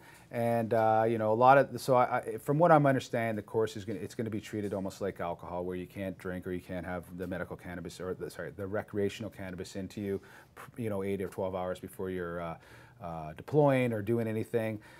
Probably operational units, there'll be like a zero tolerance, because they're quick deployment and stuff like that. So, you know, over time, I think it's going to just migrate. But personally, I feel that once people start using cannabis in a recreational side, they're going to see the value. And they're going to want to get a prescription. They're going to want to use it on a daily basis. And recreational in Canada, I have to say, is not the most lenient way to use medical cannabis, I should say, because it's, you know, there's a lot of restrictions within that recreational legislation and legalization. So, you know, under a medical view, if you feel that it deems you for medical use, right, you know, not to take advantage of the system, but it'll allow you to actually medicate properly and be ready to do your daily duties and do your job, right? And you know, Israel, for example, is they've been giving their soldiers medical cannabis when they come offline for the last 3 or 4 or 5 years now, right? And they've been seeing the results from it to calm guys down and relax and stuff, and it works. It simply works. Probably helps tremendously as like a preventative medicine to help prevent some of that. I mean, there's always going to be, I guess, some PTSD that arises, but who knows, maybe access to that cannabis on the battlefield might help treat and relieve some of that stress. Yeah, I don't know. I guess set and setting are everything, and that might not be the most comfortable place to catch a buzz. Well, you know what, man? I've been in some pretty situations where, you know, lighting a cigarette calms you down, right? But, you know, now looking back at it, if I could have smoked a light THC indica or something just to get my mind settled right after. Put you in the zone. It would have been, you know, probably would have just got relaxed. You know, a lot of problems is we pent up everything, right? So with medical cannabis, it allows you just to open up, like you said, be more loving, more in touch with your emotions and everything as well. So we got this beautiful decarbed herb here. Yeah. So now, I mean, we've talked about growing the cannabis. You've taught us now how to decarboxylate it. Another important step is a method of extraction. And I know we recommend this highly with the Magical Butter machine, and patients all over the world are benefiting. But one of the best things that you can create is a fully extracted cannabis oil. Yeah. And we got our friend Corey here. Let's bring him out right now. Corey, how you doing, bro? Good, how are you? Good, how are you? Great. Hey, brother. Welcome. How you doing? How you doing? So Riyadh just decarbed some herbs here. We've got the Magical Butter machine. You're gonna be teaching us a little bit about creating some fully extracted cannabis oil. Yes, yes. So I gotta today, get out of the way. I can't get in the way of this. Farewell, Riyadh. Yeah, Thank you, my Chris. friend. Thanks, brother. Appreciate you. Thank you for everything. All right, cool. So let's get started here. Okay, so today we will be going through the process of making a full spectrum, fully extracted cannabis oil. And what we'll be using is some grain alcohol. This is Everclear. It's 75% alcohol. And it's a very simple process. Anybody can do it. It makes it very easy with the Magic Butter machine. So simply what happens is, as you've watched Riyadh take you through decarboxylation, so the next step would be taking your cannabis and putting it inside your Magic Butter machine. And we've already taken done the due diligence of already prepping. Yep. So what we've done is taken 30 grams of cannabis and 2 cups of 75% grain alcohol, and we placed it inside the Magic Butter machine for 4 hours on the lowest temperature setting of 120 degrees, and it goes through its process of breaking down the oils and extracting them. So very simple process from this point on. So basically what we will do will be straining this out. So you want to get a nice large glass bowl there. Looks like you got a metal strainer. Yep. And then the Magical Butter Purify filter bag. So yeah, so what the first thing we will do, and I'll get you to give me a hand if you could, will be to take the Magic Butter strainer bag, and you take your cannabis and you filter it through here. Perfect. And what we will do will be take the, so you take your strainer bag, you tighten it right up, and you squeeze out as much alcohol as you can get. Nice. That makes it nice and easy. Yes, very easy, and you get almost 100% extraction. So what we will do at this point, just to kind of save some time on the camera here, so what we've done is we've already cooked our oil and then taken it and strained it. So now we're left. This is it here. This is it. This is fully strained cannabis oil. And so the next step would be to take our alcohol, and we're going to cook it off on a hot plate here. Always do this without any flame. So while this heats up, we'll just take a few minutes here. Why no flame? You don't want to use flame because alcohol is, well, obviously it's flammable. So the vapor that comes off this, well, you don't want to cause any fires, and you want to be as safe as you can. So you'll take your time boiling it off. So yeah, we always recommend using an electric stovetop or an induction cook plate. If you're using a gas burner, not safe, not smart idea to reduce your alcohol tinctures there. So cool. So you poured that alcohol tincture there, and Corey, how long have you been, using medical cannabis yourself? So I started using medical cannabis in 2013 when I released from the military. I did just over 10 years. I was an armored crewman. And the reason why I started using it was because I had a lot of back pain, and I was also diagnosed with post-traumatic stress disorder. I did do 2 tours overseas to Afghanistan. So basically, I had tried the whole gambit of traditional pharmaceuticals, and they really didn't work for me. I had ended up gaining a whole lot of weight. I wasn't very happy with life in any way, shape, or form. So frankly, as a last resort, a friend of mine had introduced me to cannabis, and I tried it, and for the first time in a long time, I got a full night's sleep. So basically from that point on, I never really gave it up, and frankly, it's totally turned my life around. I'm able to manage just on a day-to-day basis, and life is great. Life is great. Awesome. And so you make fully extracted cannabis oil now for yourself? Yes. Uh-oh, I think we lost power, guys. I think we did. Let's see here. Oh, maybe.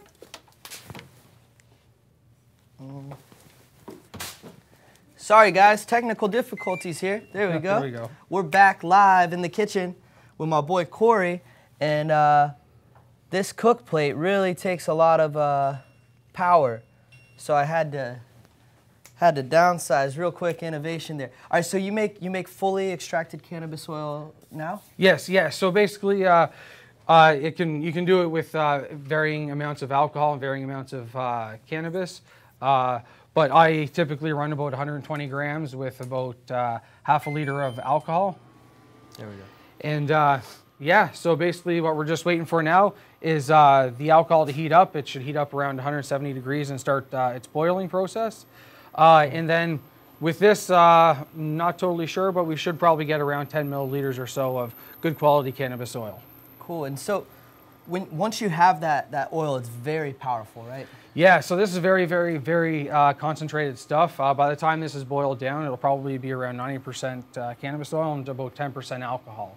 So anybody can use this for sure, but definitely want to be something that for the more experienced cannabis user, because it is very strong, and yeah, it's definitely going to do the job for you. Yeah, and definitely dosing is crucial when it comes to this. I know that they tell people when you're first starting off to start with like the size of a grain of rice, right? Yeah, so it varies from person to person and how strong you've made your oil. But yeah, anywhere from a grain of rice to, you know, maybe half a milliliter, and that could even be a lot depending on, you know, your level of experience with cannabis. And I've heard some amazing stories with this oil. Not only when you ingest it sublingually does it really affect a lot, and it's very powerful, but you can apply it topically and to different, you know, skin cancers and tumors and have great results. Yeah, so you know, the exact dosing with it and all that is, you know, subject to your own personal preference. But the way what this was, I've come to believe what this was initially invented for was by an individual named Rick Simpson. He's a Canadian, and I come to learn that he had an accident at work, and he started to medicate with medical cannabis. And a few years later, he had found out that he had some sort of a cancer, melanoma of some sort, skin cancer. And so he experimented, made himself high-quality cannabis oil, and began medicating with that with a bandage on his skin. And the story goes that he ended up curing his cancer with it. That's amazing. Yeah, it is amazing. It really is. Crazy, crazy. Yeah, Rick Simpson is a hero up in Canada, and his story has been told time and time again down here in the States. And, you know, once the internet and everyone started really talking about this medical cannabis, and it became more and more of a conversation, a lot of that inspiration down here came from Rick Simpson and what he's done. So yes, big ups to him. I'm noticing a lot of action in this pan here, some bubbles, a lot of vapor. Yeah, so definitely you want to do this in a well-ventilated area, and it's just reaching its boiling point now, so shouldn't be too long, and we should have ourselves some good cannabis oil here. Amazing. And once you have that concentrated form of the oil, what are some different things that you could do with it? So with concentrated medical oil like this, you can infuse it into butter, all sorts of foods. You can dose with it underneath your tongue.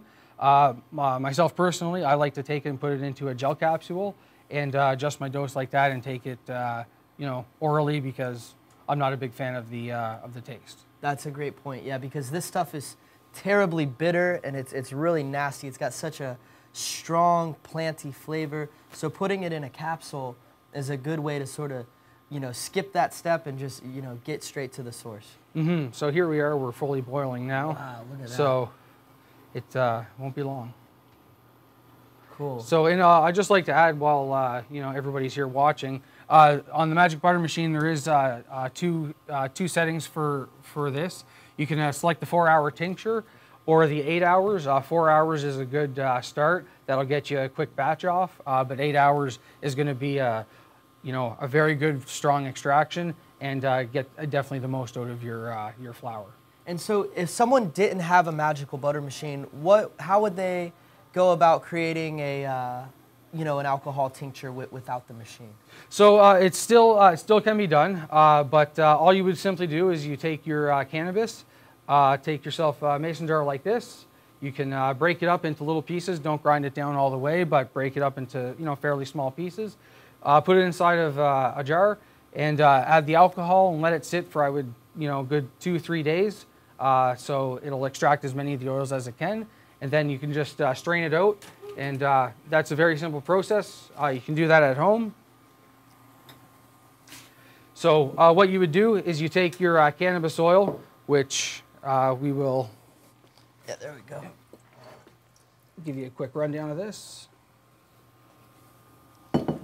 Cool. So right now we're getting a little bit of the old-fashioned method while this alcohol tincture does its thing. It's evaporating out right now perfectly. So this is excellent. What are you looking for, brother? Just looking for the strainer here. There we go. So what we would do would be take your alcohol and add it to your. This is just a quick demonstration, just so people can visually see what I'm talking about here. Perfect, perfect. So yeah, take your alcohol, put it inside your empty mason jar, and then take a couple elastics, put it over the mouth with a coffee. This is just a coffee. Just paper filter there. Coffee paper filter. And then simply take this, and you can rest it on its side, just like that. And Wow. all that'll do is that'll strain your cannabis tincture, get all the fine particulate out of it. And actually, I should have thrown in at the beginning, you should be doing this anyway once you take out your alcohol from the Magic Butter machine, because it's important to get that fine particulate out. Otherwise, you're going to end up clogging up your syringes when you get to your end stage. That's a good point. That's a good point. So this is Which we're going to not really far. improve on that clarity and getting all that out, all the sediment. Yeah. See, I mean, just a quick strain like that, you can already see that there's vastly less amounts of particulate in there. Nice. But all the cannabinoids are going to... Yeah, 100% of all the medical value will still make it through the filter. There won't be anything left oil-wise or any residues once the alcohol dries. But what will be left is all that, plant matter that did make it through the strainer. Nice. Wow, so I can see the liquid levels here have reduced a lot. It's going quick here. This is amazing. So creating tinctures is sort of, it's a very old technique. I know that different cultures have made herbal medicines for a long time using alcohol, and cannabis tincture is just another one of those ancient recipes. So this is cool. Mm-hmm. See, as you can already see, the alcohol is it's already evaporated a lot, and you can already tell it's thickening, and you can see the oils starting to sit on top. Yeah, it's getting like a nice sheen on top. Yeah, the viscosity's changing. It's almost becoming more of like a syrup there. And you guys at home, right now we're live. I got my man Corey in the kitchen from Spartan Wellness, and we're showing you guys how easy it is to take a grain alcohol tincture, an herbal tincture, and reduce it down to a fully extracted oil. And it's important for us to remind you, you do not want to do this on an open flame or have any kind of open flame nearby. Don't have a candle. You don't want to be smoking a J while you're reducing your tincture. It's crucial for you to be very careful. Take those extra precautions, because I've seen and I've heard some scary stories in the past of people being careless. If you had a flame nearby, it could easily just cause a huge combustion there. So be very carefully. So what I'm doing now is I'm starting to just lower the temperature, because it's getting pretty thin here. We're not far from, I think, maybe a couple more minutes and we'll be where we want to be. And I see here you have a non-stick cooking surface. You're also using this the Magical Butter spatula. It's silicone. It's non-stick. This oil is really it's messy. It's sticky and it's difficult to work with, right? Yeah, it is definitely sticky, and it can be difficult to work with. You're going to want to have some extra alcohol on hand for cleaning up your supplies, some isopropyl alcohol, because it works a little bit better for cleaning. If it got on your skin, it even stains your skin. Yeah, like there's so much. So the oils are so concentrated there. Concentrated in here that it will stain your skin, and it's very sticky as it gets cold. Look at this. I mean, you can see as all the cannabinoids and the oils start to coagulate and come together here. It's really amazing. Stuff is powerful stuff. And so Canada Day just passed. It was on July 1st. What did you do? Did you do anything special? Did you get to celebrate? I actually was pretty fortunate. I got to spend the day with my son Asher. It was a great day. We spent the day in the pool because Ontario's in the midst of a very intense heat wave right now. I heard you guys were saying that it was hotter up there than it is down here. Yeah, it was actually funny how that works, that we came to Florida and there's actually a lot of relief from the heat down here than there is in Ontario. Unbelievable. Crazy. So you got to spend the day at the pool with your son? Yeah, it was great. We just, played all day in the pool, and you loved it. Yeah. You loved it. That's amazing. That's amazing.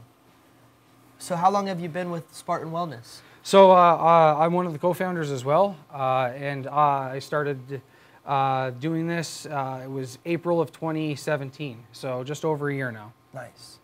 And you guys have had a lot of success. I ran into your crew up at the Lift Expo in Toronto, yes. And Chef Cody was up there doing a cooking demo. I got to see, Riyadh and Devin.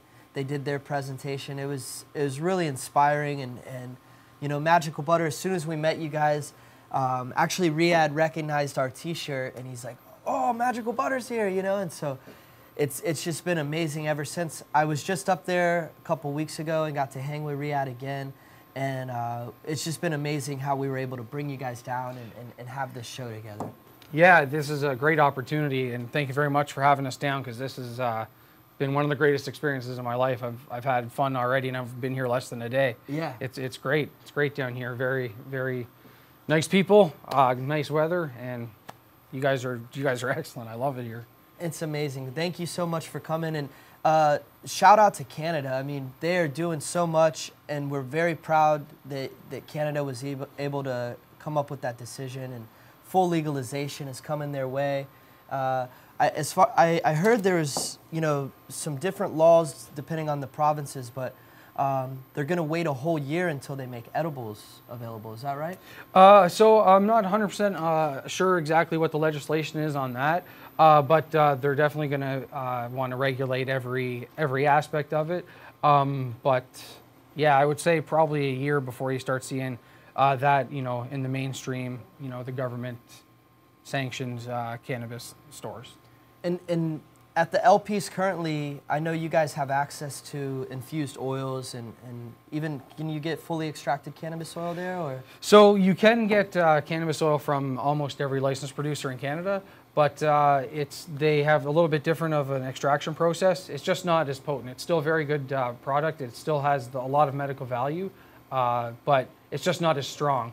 The Rick Simpson oil is usually for people who need stronger cannabis oil, because for whatever their medical ailments are. Yeah, that's what Riyadh was telling me, that he can go and get the oils at the different compassion centers, but it just makes more sense, and it's much better for him to make it himself. And so you agree with that? I would definitely agree with that, because you can tailor your medicine to exactly what you want or what you need. Mm-hmm. You can make it to the concentration that you want or need. And you take a little bit more pride in with your medicine, because you're in more control of it. You know what I mean? You're making it yourself. That which in itself is a rewarding feeling. Right. Yeah, absolutely. And if there was a strain-specific illness that you had, you could have access and control exactly what's going into your medicine. Exactly. You can decide your level of THC, your level of CBDs. Want to lower it here? Yes, please. All right. Let's see here. This little tricky gimmick. It's the future. Okay, cool. I think that's good. Yeah, I think we're almost there. We're almost where we want to be now anyhow. So the goal here is to not reduce it too far. Is that right? Yeah, so you only want to take it down to a certain point. It's a judge which you get to learn as you go through and your experience level increases. But you want to still leave it where it's still nice and liquidy at the point of actually being hot inside your pan, because if you take it down too much, when this cools, it'll be so thick that you won't be able to get it out of your syringes. Won't even be usable. Yeah, it'll literally be trapped inside of a plastic syringe, because it'll solidify and harden into a very, very almost tar, if not, Yeah. Yeah. Like crispy texture. Yeah. So what if someone were to reduce this too far by mistake? Maybe they got distracted, or the alcohol evaporated before they were ready. Could someone, salvage that? Is there a way to save your medicine? You know, that's a really good question, and I would like to say yes, most likely, but depending on how far you've already burnt it, because if you do take it down too much and you burn it, then you've actually, no matter how much oil you have left, you've actually ruined that medical value to it. Degraded all the potency. Yeah, you've degraded everything because you've burnt it past its point.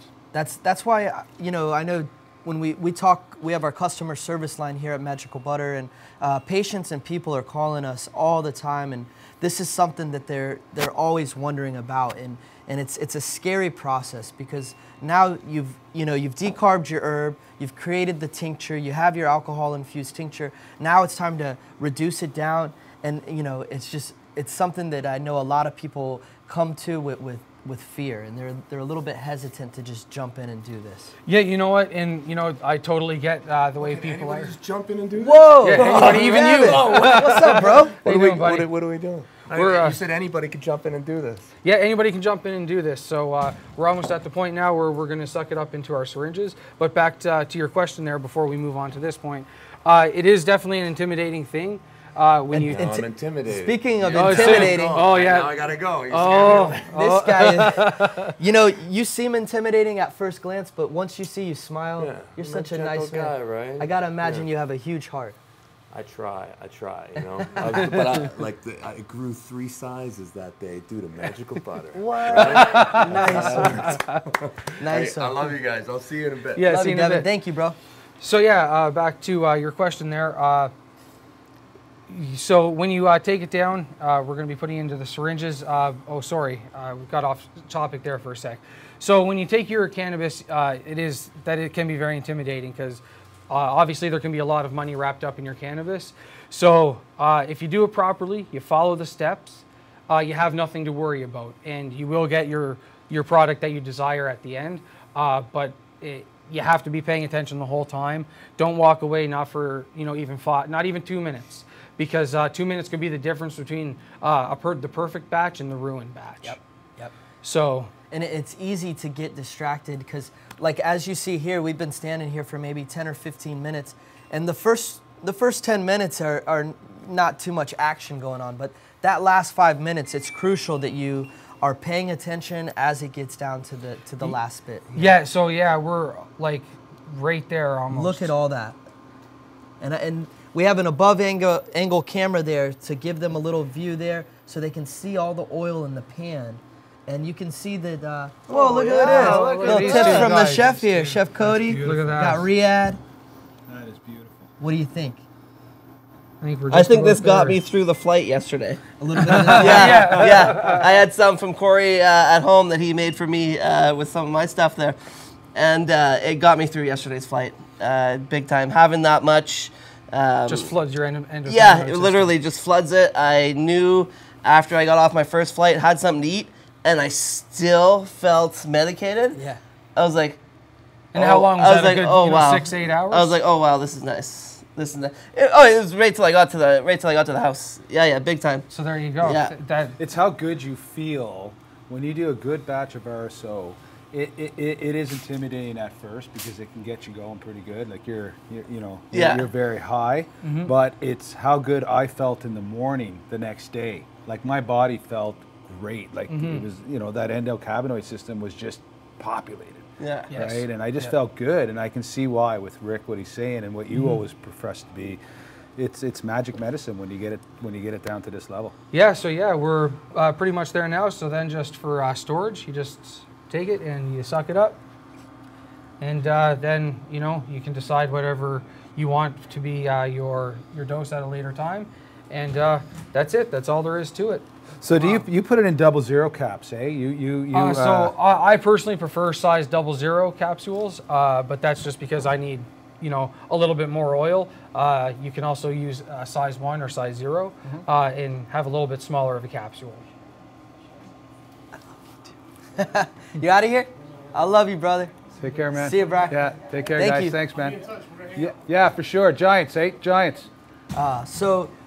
So that's it. You got this oil reduced down. You could suck it up in syringes. You could squirt it into little gelatin capsules. I've also heard people, now that you've had this concentrated form, you can mix this with a bit of olive oil or coconut oil and have a more concentrated form of a cooking oil, It's right? Yes. funny you say that, because when he first introduced me to the RSO side of things, I'm not part of my medicine prior to finding medical cannabis was drinking. So I was drinking a lot of alcohol, and I've essentially quit drinking because of medical cannabis. I've been able to control that, and I don't like the taste of alcohol.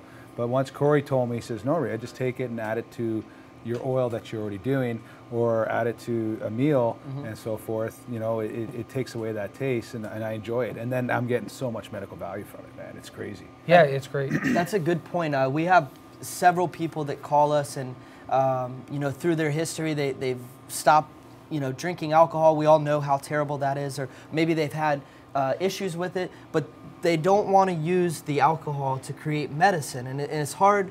It's hard to justify, you know, mixing a healthy medicine with something that we know is bad. But, Yes, but yeah. I try to explain it as like the alcohol is strictly used as a solvent.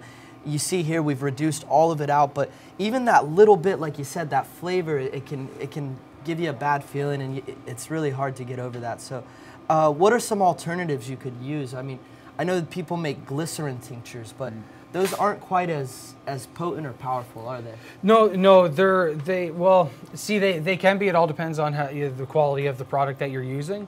But you can use all different types of oil. Sunflower oil, very popular would be the coconut oil, and it's all can be done with the Magic Butter machine inside there, fully contained unit, and all you got to do is strain it at the end.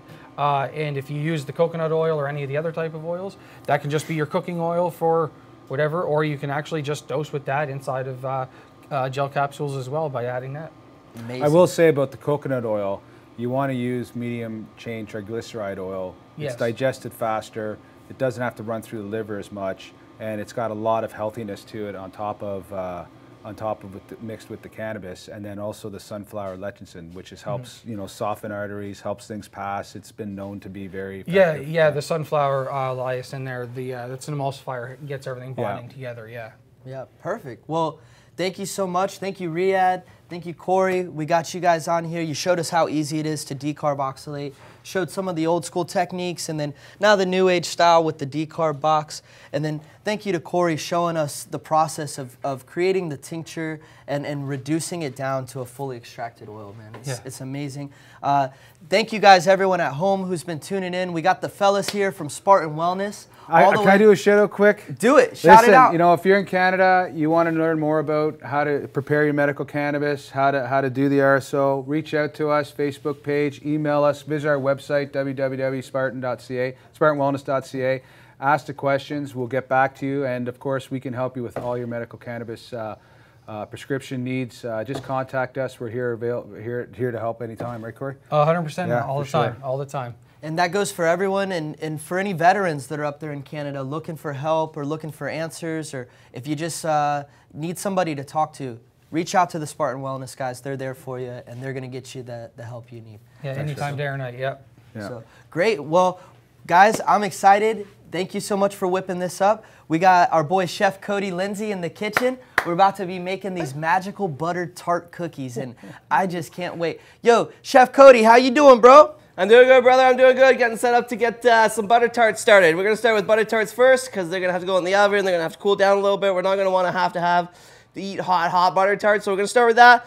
Then we're going to move on to the mac. Easy peasy. So first we're going to get started on the butter tarts. We're going to make our own dough. You can buy prefabbed shell tarts if you want to. You can buy the prefabbed, like I said, pie dough. It's up to you. But for now, today, we're going to be making it fresh. So right now, we have our food processor. We got our 2 cups of flour. Should have the 2 cups of flour in.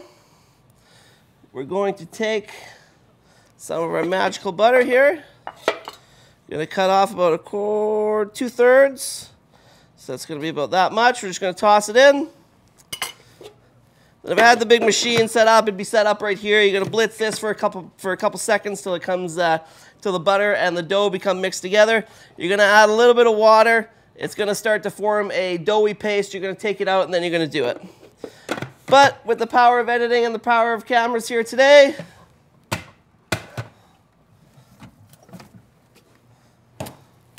we got one ready to go. So we got our pie dough here. What I did is you're going to want to make the pie dough, and then you're going to want to let it rest. It's going to allow the flour, you just work the flour a whole bunch, mixed it with a bunch of water, mixed it with a bunch of flour. The gluten's kind of activated, but you don't want that nice hard butter tart shell. So that's why we're going to take it out. We let it rest in the fridge for about half an hour. Now it's all hard, ready to go. We're just going to put this off to the side. Chef Cody, what's up, player? What's up, buddy? How you doing, man? Good, man. Just moving on to the butter tarts for now. That's right. That's right. Butter tarts. What's a butter tart, man? A butter tart is like a bunch of syrupy goodness into a tart and bake in the oven. I can't wait. Is that a traditional Canadian cookie or? Somehow, some way, yeah. The butter tart has seemed to. It's between the butter tart and the Nanaimo bar of Canada's favorite dessert, pretty much. I love it, and I gotta assume that a butter tart is full of butter. Pretty much, yeah, Nice yeah, one. exactly, yeah. That's exactly what it is. Let's whip it up, my brother. All right, so we got. I need a. Can we just get a bowl to mix the Little mixing bowl. little mixing bowl and a whiskey. Yeah, maybe a little bigger. There we go. Yeah, perfect. Cool. Got all my stuff. All right. Big old mixing bowl here. Big old mixing bowl. So of course we use some of the flour for the dough. We're gonna take our leftover here. Just pop that in. Perfect. And that It's nice butter's and soft. Nice and soft. You can just let your magical butter stick set on the countertop. Get it nice and soft. That's Exactly. important. So what we got here is about a 1/4 cup of butter. We're gonna mix that in with our brown sugar. Perfect. Just pop that in. Again, just mix it all together Mix it up. Just mix it up. until it's all together. And at this moment in time, Kind of block the kitchen up with my bicycle here. right, I'm gonna steal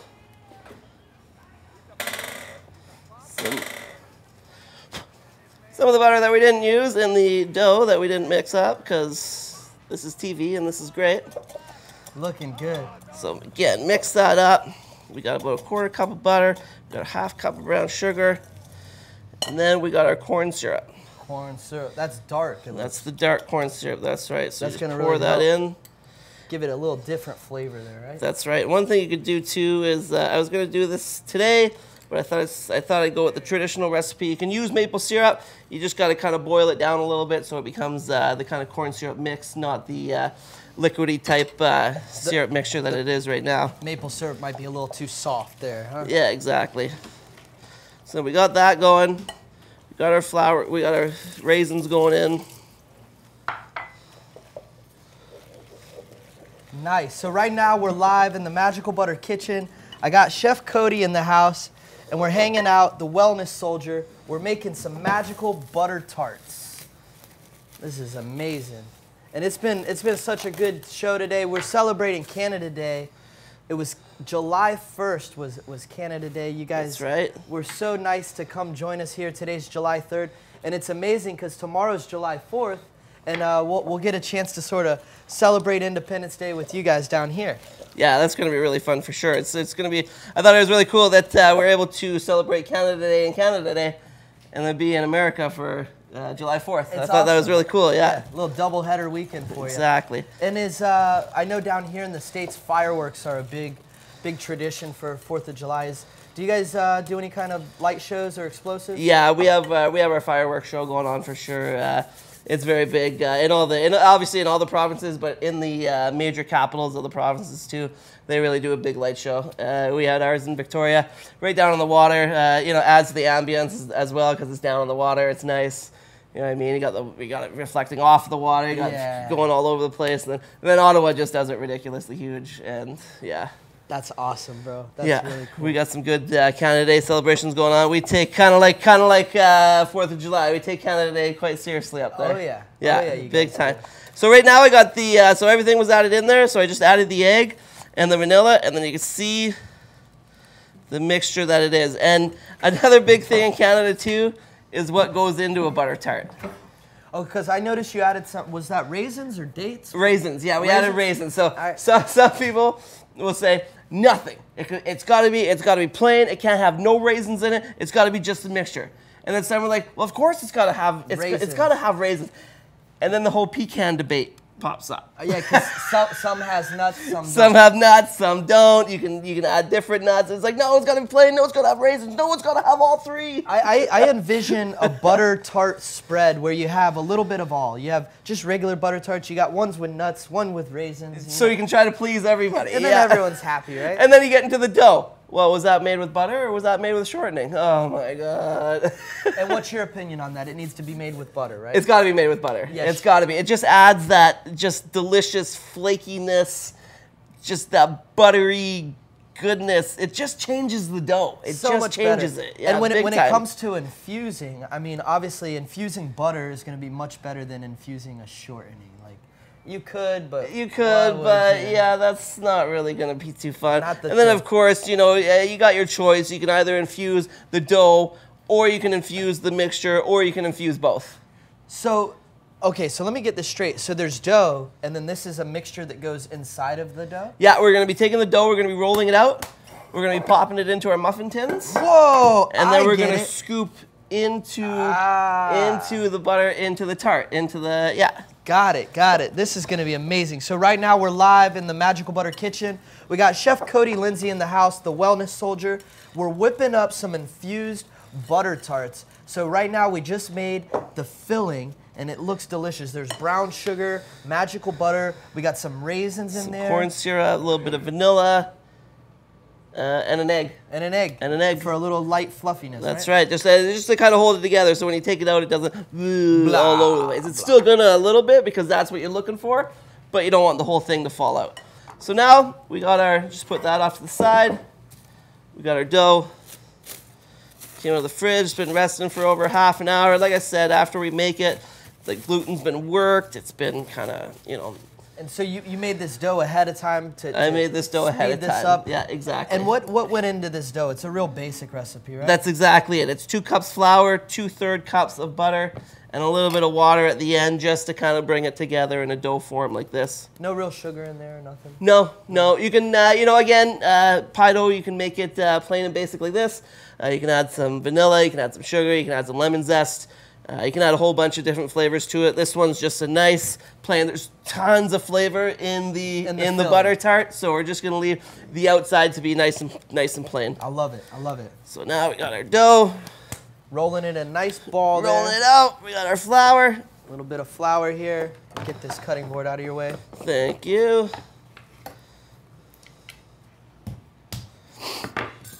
All right, excellent.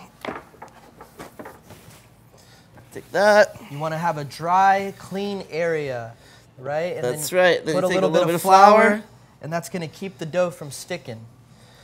Look at that. It's almost like you've been through a couple episodes or Hey, something, you know? We've done this. I'm learning stuff from the chef. That's pretty good, though. No, yeah, as long as you're learning when it's happening, that's perfect. I'm excited to learn today about the butter tart, and maybe there'll be a couple extras. I'd like to bring one home for my grandmother. She loves cookies, and she loves making, you know, traditional butter cookies and things like that. So nice. Rolling it out with the rolling pin. Keep rolling.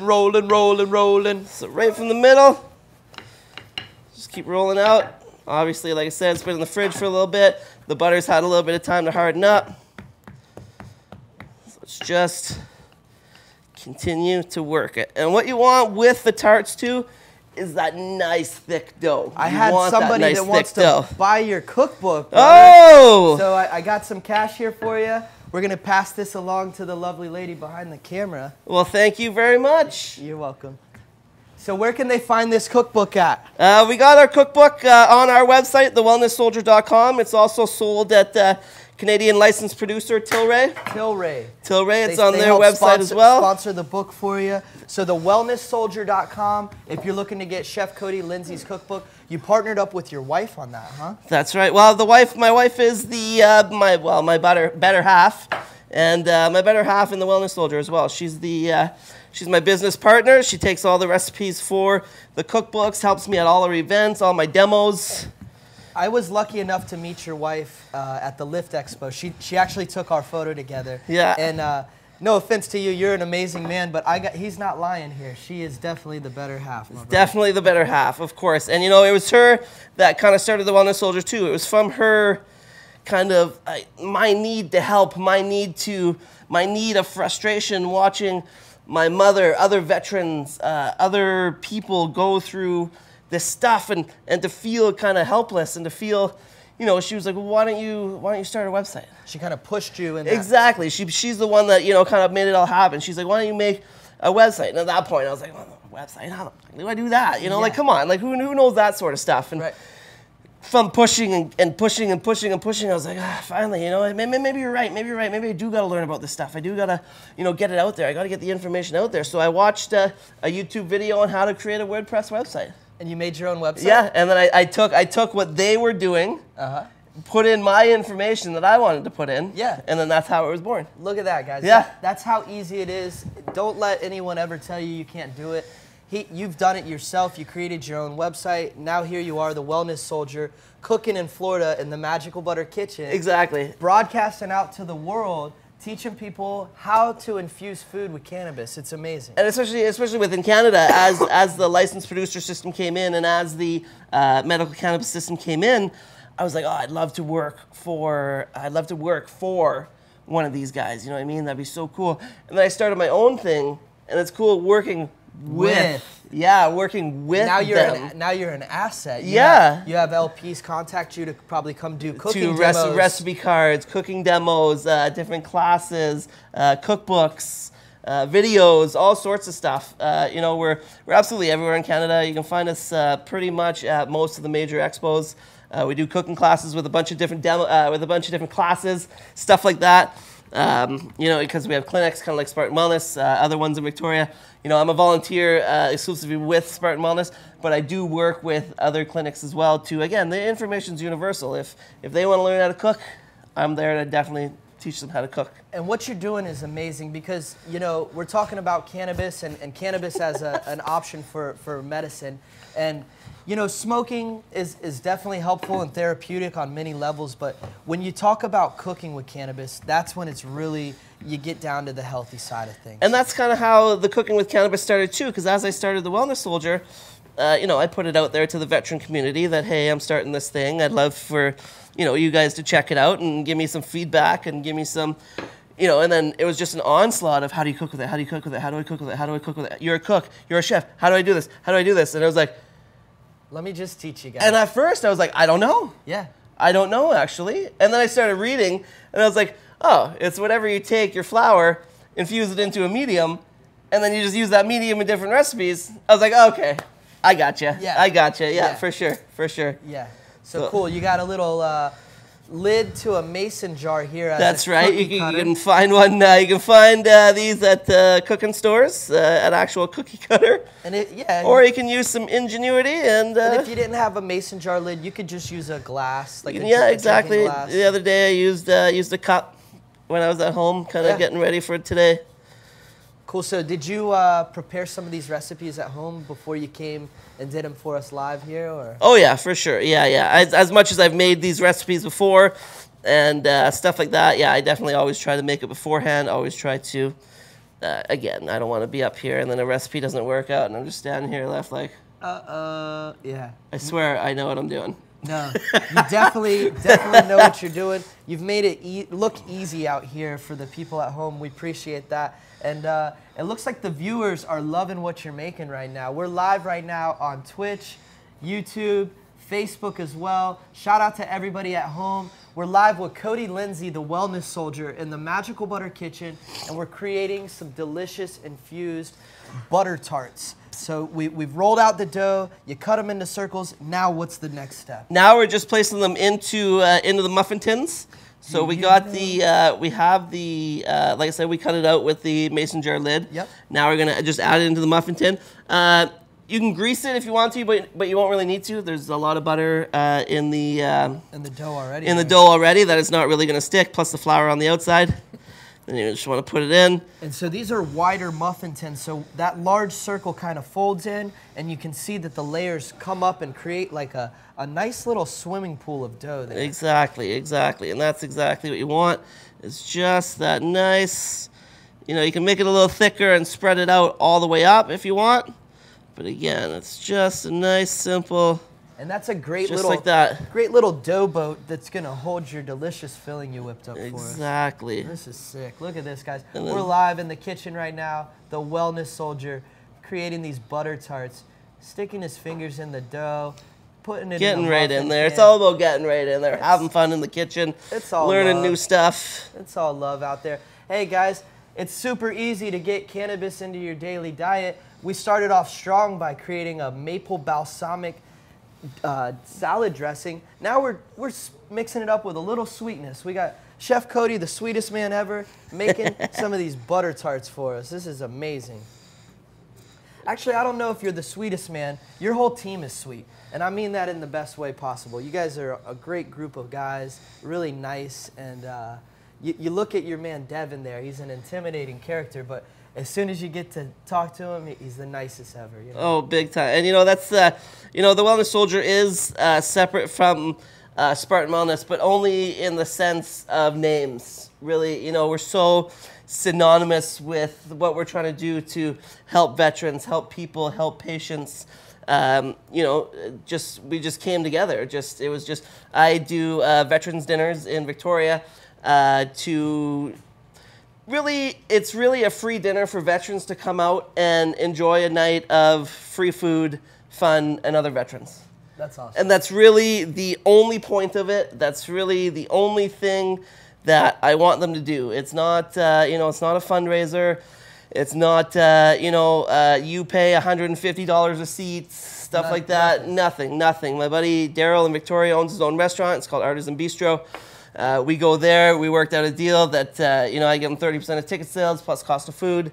And pretty much I get the whole restaurant to myself. You know what I mean? So that's exactly, that's awesome. I go to other cannabis companies, other companies in general, and just say, hey, listen, I'd like for you to sponsor a seat for a Canadian veteran, and what you'll get from it is advertising through the dinner. And then what I do as well is as the veteran sits down, it says your meal was sponsored by, and then I have the name of the company and then the socials. Yeah. And then I say, somewhat throughout the night, if you could take a picture of your food And thank or them. the crowd and thank them. Yeah, exactly. Wow. That's brilliant, and everyone wins with that one. Exactly. The veteran gets to enjoy the meal at no cost. The sponsor's happy because they get to experience it through the social media, and that's just amazing. And then to be able to, they're helping without, having to be there or having to physically just be there. Exactly. And food is something that brings people together. I mean, we all come together daily, whether it's for breakfast, lunch, or dinner, and eating meals with one another is some of the best times of your life. So getting a whole group of veterans together in the same room, enjoying a meal prepared by you, you got to be super proud of that. And I'm sure some of the conversations that are had at those tables are just like instrumental in the growth of everyone. Exactly, and that's exactly what I said. I did it to bring people together, to bring the veteran community together, to bring people that are having a hard time, to bring people that are not having a hard time, that just, again, want a fun night out, want to go out and hang out with other veterans, other like-minded. And eat a cannabis-infused meal. I mean, what's better than that? That Right? sounds amazing.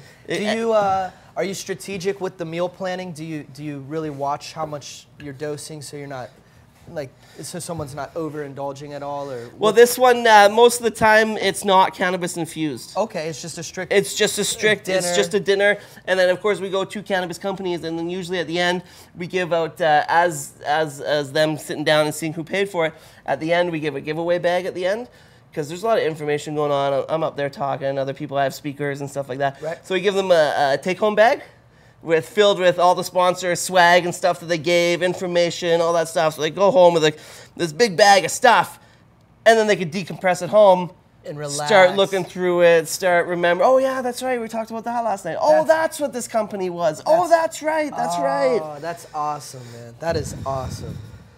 What a good event. We got to hear about the next time you do that, because Magical Butter would love to sponsor a table and you know, let a whole group of veterans go enjoy a meal with you, bro. That sounds That would be amazing for time. sure, 100%. And that's a cool thing. That's one of the things that we do with the with some of the licensed producers in Canada too. I say, you know, I have a pool of veterans that I can choose from. But if you have some on your roster, on your patient list that you would like to send on your behalf, please go ahead. Yeah. Yeah. That's amazing. Kind of makes my job easier too. Then I don't have to find the guest to take that ticket. You're not a recruiter. Yeah, exactly. So we've been having an amazing show. This is the Magical Butter Show. We're live right now in the kitchen. Chef Cody Lindsay's whipping up these butter tarts and making it look really easy. It's amazing. Later, you're going to be cooking some lobster mac and cheese for the people at home. Up next, we have the arm wrestling world record attempt. It's going to be happening from Devin Lorat. We're going to try to do the most people arm wrestled in 1 minute. It's never been done. We're going to attempt it here live on the air. You guys, this guy already holds many world records for arm wrestling. He's the champion of the world, arm, left hand, right hand. You may remember he beat the Mountain from Game of Thrones. It's just crazy. So we'll be seeing that here in a few, so stick around for that. So we got all our dough in the muffin pan here. That's it. We got everything ready to go. All we're going to do is take a spoon. Little spoon now. A little stir and make sure that's still nice and ready to go. Beautiful. So we started off, we created this filling. It's just butter, brown sugar, some raisins. We got vanilla, an egg in there. It's real simple recipe here, guys. And you're just going to put a spoonful of love right into your butter tart. Right in there, yeah. Look at that. Right up, pretty much to the top, 3/4 of the way to the top. And so what can someone expect from the texture here? Once this is all baked, the tart must be nice and crispy, crunchy. Yeah. The filling's going to be soft and gooey, That's right? exactly it. You're going to have that nice, buttery, flaky crust, and then you're going to have that beautiful flavor going through your mouth, a little bit of saltiness from the butter. This is great. And then you're going to get that full sugar overload with the full butter tart mixture. And this is a Canadian classic right here, this butter tart recipe. Some people say you don't put raisins in it. Some would say you don't put nuts in it. We put a little bit of raisins in it today, and I think that that's going to complement it really well. I love raisins. Yeah, I like raisins too, and it kind of bulks up your mixture too. Give you some extra texture in there. Exactly. So it's super easy to medicate and create infused recipes. Chef Cody's got a whole cookbook. You can check him out at the Wellness Soldier, full of delicious recipes. He partnered with his wife.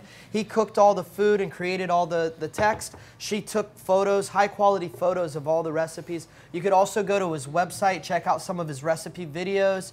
He's doing a lot for the people out there, doing a lot for veterans, and trying to teach people, educate you guys on how easy it is to ingest and create cannabis cuisine. So look at all that filling there. So you can see how nice, kind of perfect, right? Creates 12, creates 12, just perfect. Just right. Just enough to fill them up to the top. And when adding the egg, a cool little mixture tip is when adding the egg, don't power whip it. Okay. Because when you power whip it, you're going to incorporate air into the egg, and it's going to fluff up all over the place and then go everywhere. And yeah. So you want to kind of just stir it. Just stir it till it's nicely mixed in. Yeah. No vigorous stirring there. No vigorous. No, that's right. Got it. So there we go. We got we got the cannabis butter in the dough. We got it in the mixture. Now we have the mixture in our pie tarts. We got the oven mixed up right now, 350 degrees Fahrenheit. I'm not too sure what that is in Celsius. What do you guys do Celsius, right? No, we do all Fahrenheit. Oh, you do? Okay, yeah, cool. Yeah. We're on the same team. That's nice, good. Awesome. Okay, so we got it at 350. We're gonna pop it in there for about 15 minutes. Come back. We're gonna take them out and make some lobster mac and cheese. Sounds good. So we'll check in here in a few. We're gonna let these butter tarts bake. 350 for about 15 minutes, you said? Yeah, about 15, 17 minutes, somewhere around there, yeah. All right, and we'll be right back with Chef Cody Lindsay here in the kitchen to whip up some infused lobster macaroni and cheese. So right now, up next, we're gonna send it over to the man, the myth, the legend, Devin Lorat. This guy is a champion. He's a veteran. He's an amazing man, and he's a member of the Spartan Wellness team. Let's send it over there to Devin and see what he's got going on. Devin!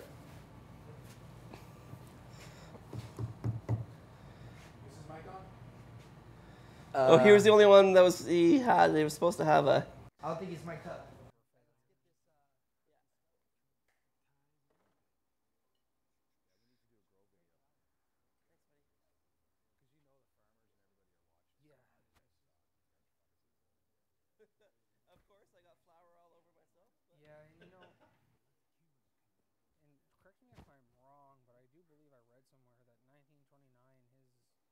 mother was actually a migrant.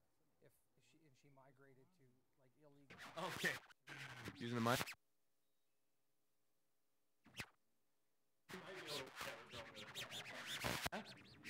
Okay.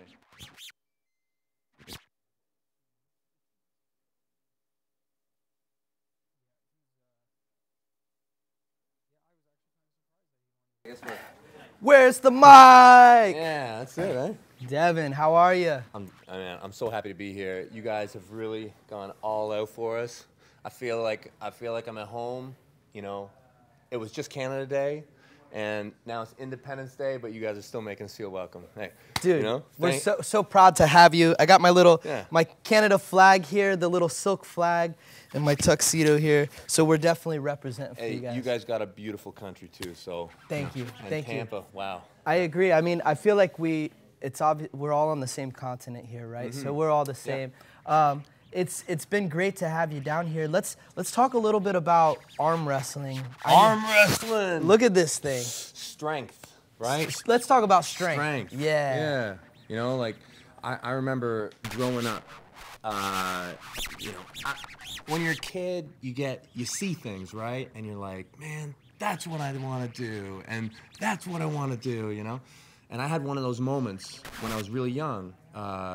I saw my dad, and you know, I always thought he was strong, I want to be like him. But then I saw a book, Pumping Iron, and I opened up and I saw Arnold, and I was like, okay, one of my life's missions is just to get strong. Wow. Right? Yeah, Arnold Schwarzenegger's a beast. Yeah, total beast. And so what happened was I got into arm wrestling when I was a kid, just like all kids. Actually, it was actually my grandmother. She used to make me go and get apples from the apple tree, and my reward, what a great reward, was to get to enjoy arm wrestling. Whoa. I know, and it's weird, right? You think like, what do you mean I get to enjoy arm wrestling?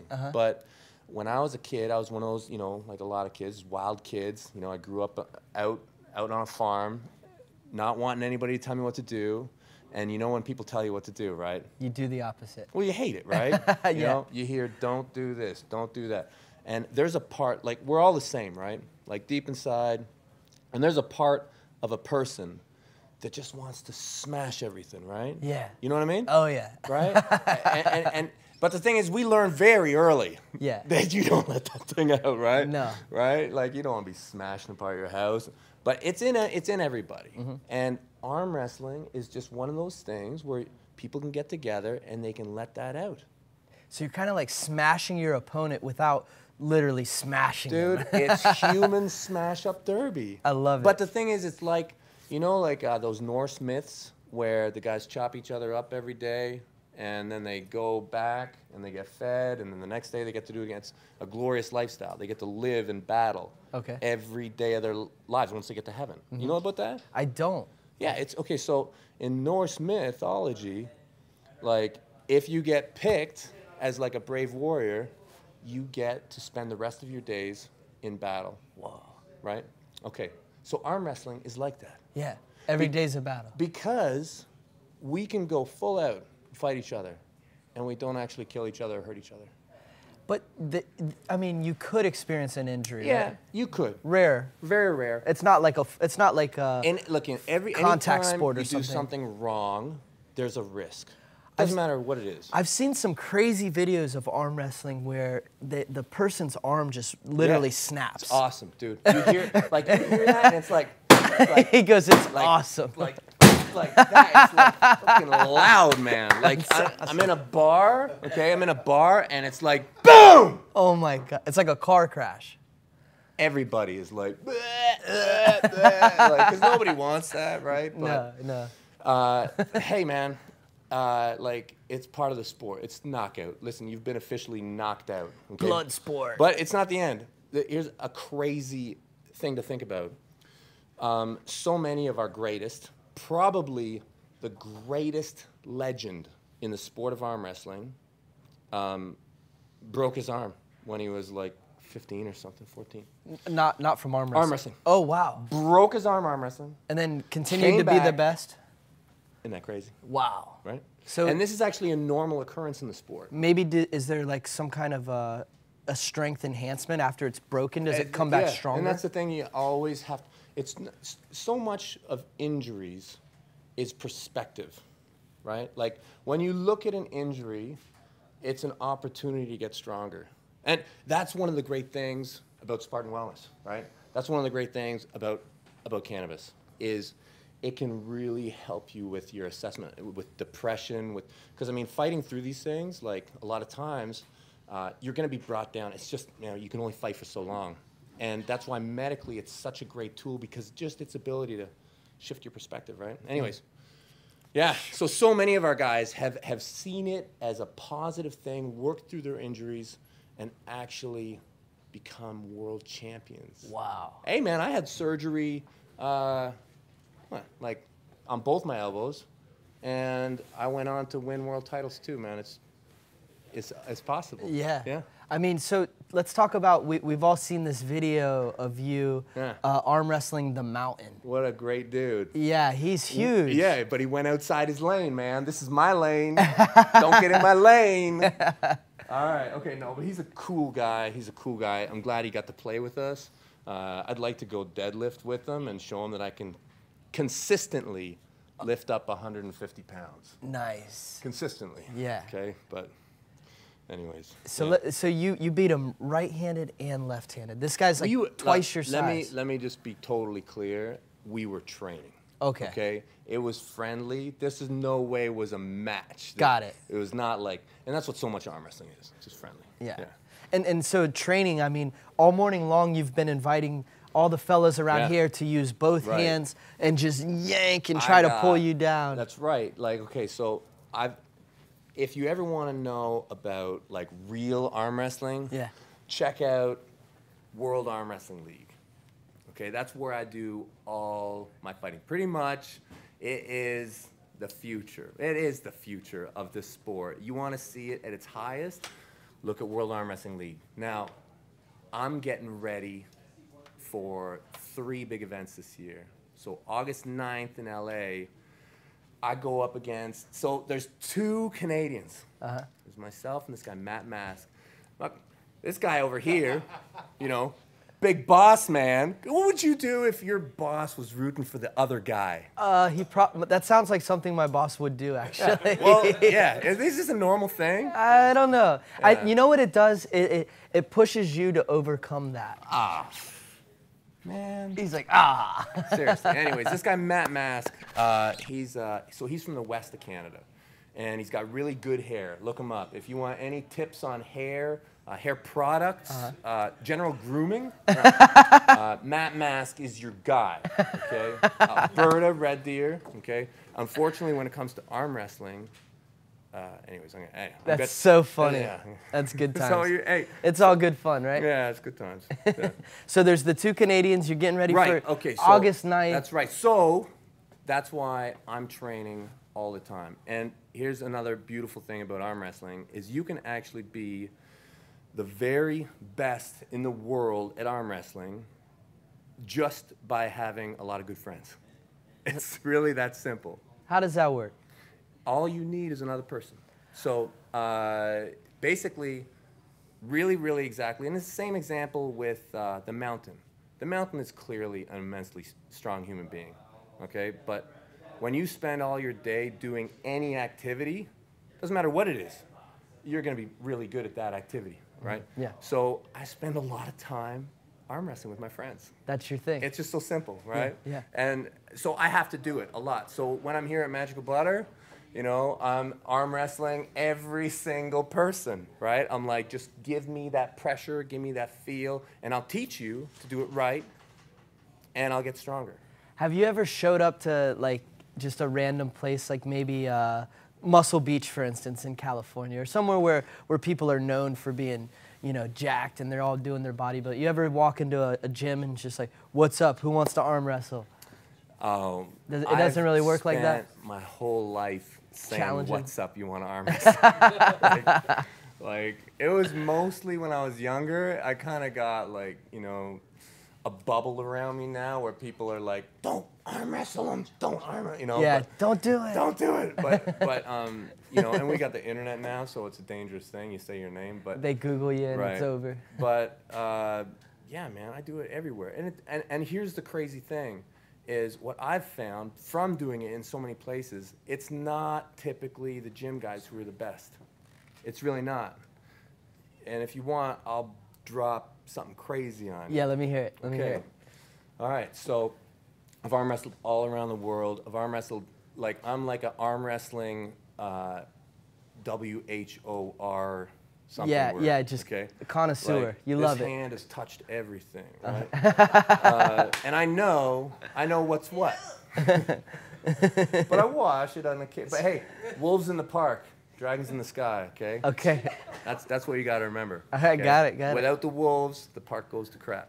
I love this wisdom. It's good stuff. Listen, you need to have a lot of touch, right? But the people that I found were the strongest were the male models. Really? Isn't that crazy? And I'm talking about farmers, I'm talking about construction guys, power lifters, strongmen, fighters, boxers, you name it, man, martial artists, whatever. If I run into a guy who says he puts clothes on and walks down a runway, every single time he's diesel. Wow. Yeah. That's at arm interesting. wrestling. I have a good friend who's a male model. He does all kinds of work with high-end clothing brands, but he's also an Ironman competitor. He's won a lot of different awards for that. So inherent strength there somewhere. I don't understand it, but well, there's discipline for a model. They have to, you know, maintain their look. So maybe they do a lot of strength training. I don't know. Who knows? yeah, it's a mystery. Yeah. Speaking of models. Oh, Hey. Riyadh. I guess I'm here to. Hey, you want to help me? Devin's going to work me through learning how to arm wrestle. But I've beaten you a few times, you know. Man, you were sleeping. Listen, Riyadh and I have been working together You were for a long sleeping. time. You were sleeping there that one time, yeah. What I really, you know what I want from you. Okay, Hey, hold on. we can do this like, what do you guys want to see? You guys want to see me like show arm wrestling, or do you want to see how I'm training right now? So let's do a little bit of both. First, go through just a quick show of what's involved, and then let's see the training. Okay. Yeah. Okay. So listen. So if you're gonna arm wrestle, like when we arm wrestle, typically we arm wrestle on professional tables. Okay. So like you see on World Arm Wrestling League or any YouTube video, you're gonna see guys mostly arm wrestling on professional tables, pads, things to hold on to, A pole, a pad. all that stuff. But the beautiful thing about this sport is you don't need it to, you know, to do this at like a level just below professional. You can do it anywhere, anytime. The most important thing is just protect your elbow, right? Is this a pretty decent height? This is great. The only thing wrong with this table is one guy has an advantage, okay, on a square table. If you have it right across from each other, like kind of this length or this length, you can make it work like beautiful. Once you're here, we're kind of reaching, which is cool too. You can play like that, but on an angle, you'll see that one side has an advantage. And let's see if you can figure out which side that is. Well, I want to go on this side. You want to, if we're going right hand? Yeah. You think? Yeah. You think so? Yeah. Hold on a minute. Yeah. Okay. You think so? I'm going to lose either way. Am I wrong? He Well, picked, here, I'll let you feel. he picked the wrong side. Yeah, he did. He did. Yeah. Okay, go ahead. Okay, Go ahead so a little bit. can I? Oh, you want to do that? Okay, Yeah, you want yeah. to train? Oh, no, we'll train. You Well, walk me I through. just want to let you feel, okay? And we'll come up with why it is a better side. All right. Okay, that's good. Now feel this side. All right. Oh, yeah, okay. Which side is better? Yeah, this side. Right? Yeah. And why is that? Because I got more room to move. You got your hip, right? Yep, I can get it right up against. and Right. drive So, it I down. mean, yeah, so clearly on this side, there is a table advantage, but that's okay. Yeah. You can still mess around. Just know, like if you were doing it in a bar, like you want your hip against the table. So I'd be good to arm wrestle you left hand right now if we got Yeah. $50 on the table. Yeah. But this way, I'd have to know that I was going to win. Who's got $50 right now that I can beat him? Hey? Oh, they make it ring. Exactly. For all this. Yeah. I feel like it's Vegas Okay. right now. Where's that? Yeah, hold on. There's. Hey, you want to just train me? Yeah, I'll Okay, for real, because I got something coming up. And so, like, there is a whole amazing technical dance to arm wrestling. Like, there's a technical flow based off of two ideas.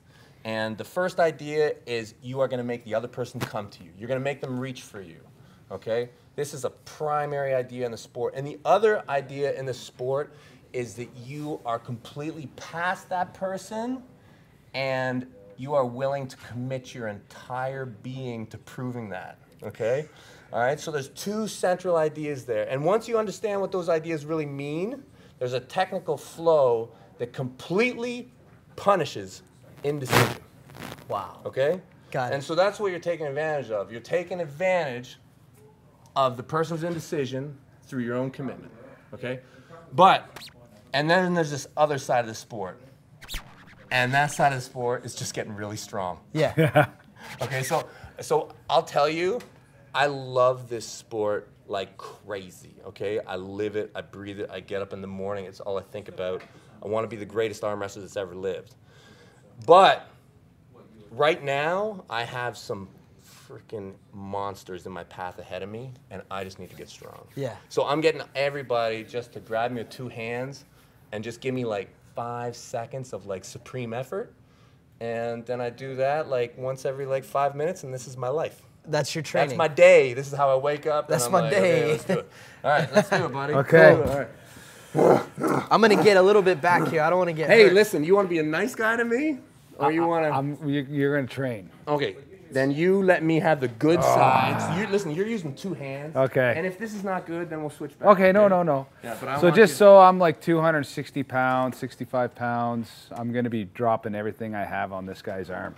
He's not that strong, though. He's not. Like That's it. That's it. I felt yes, strong. yes.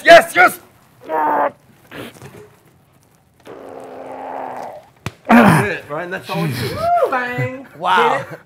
Hit it. Now we're going to do left. Wow. And I'll just do this like every 5 minutes until I need to eat something or go to bed. Hey, the life of a pro arm wrestler, right? I'm telling you, kids, you could do it. World Arm Wrestling League is calling. Ready?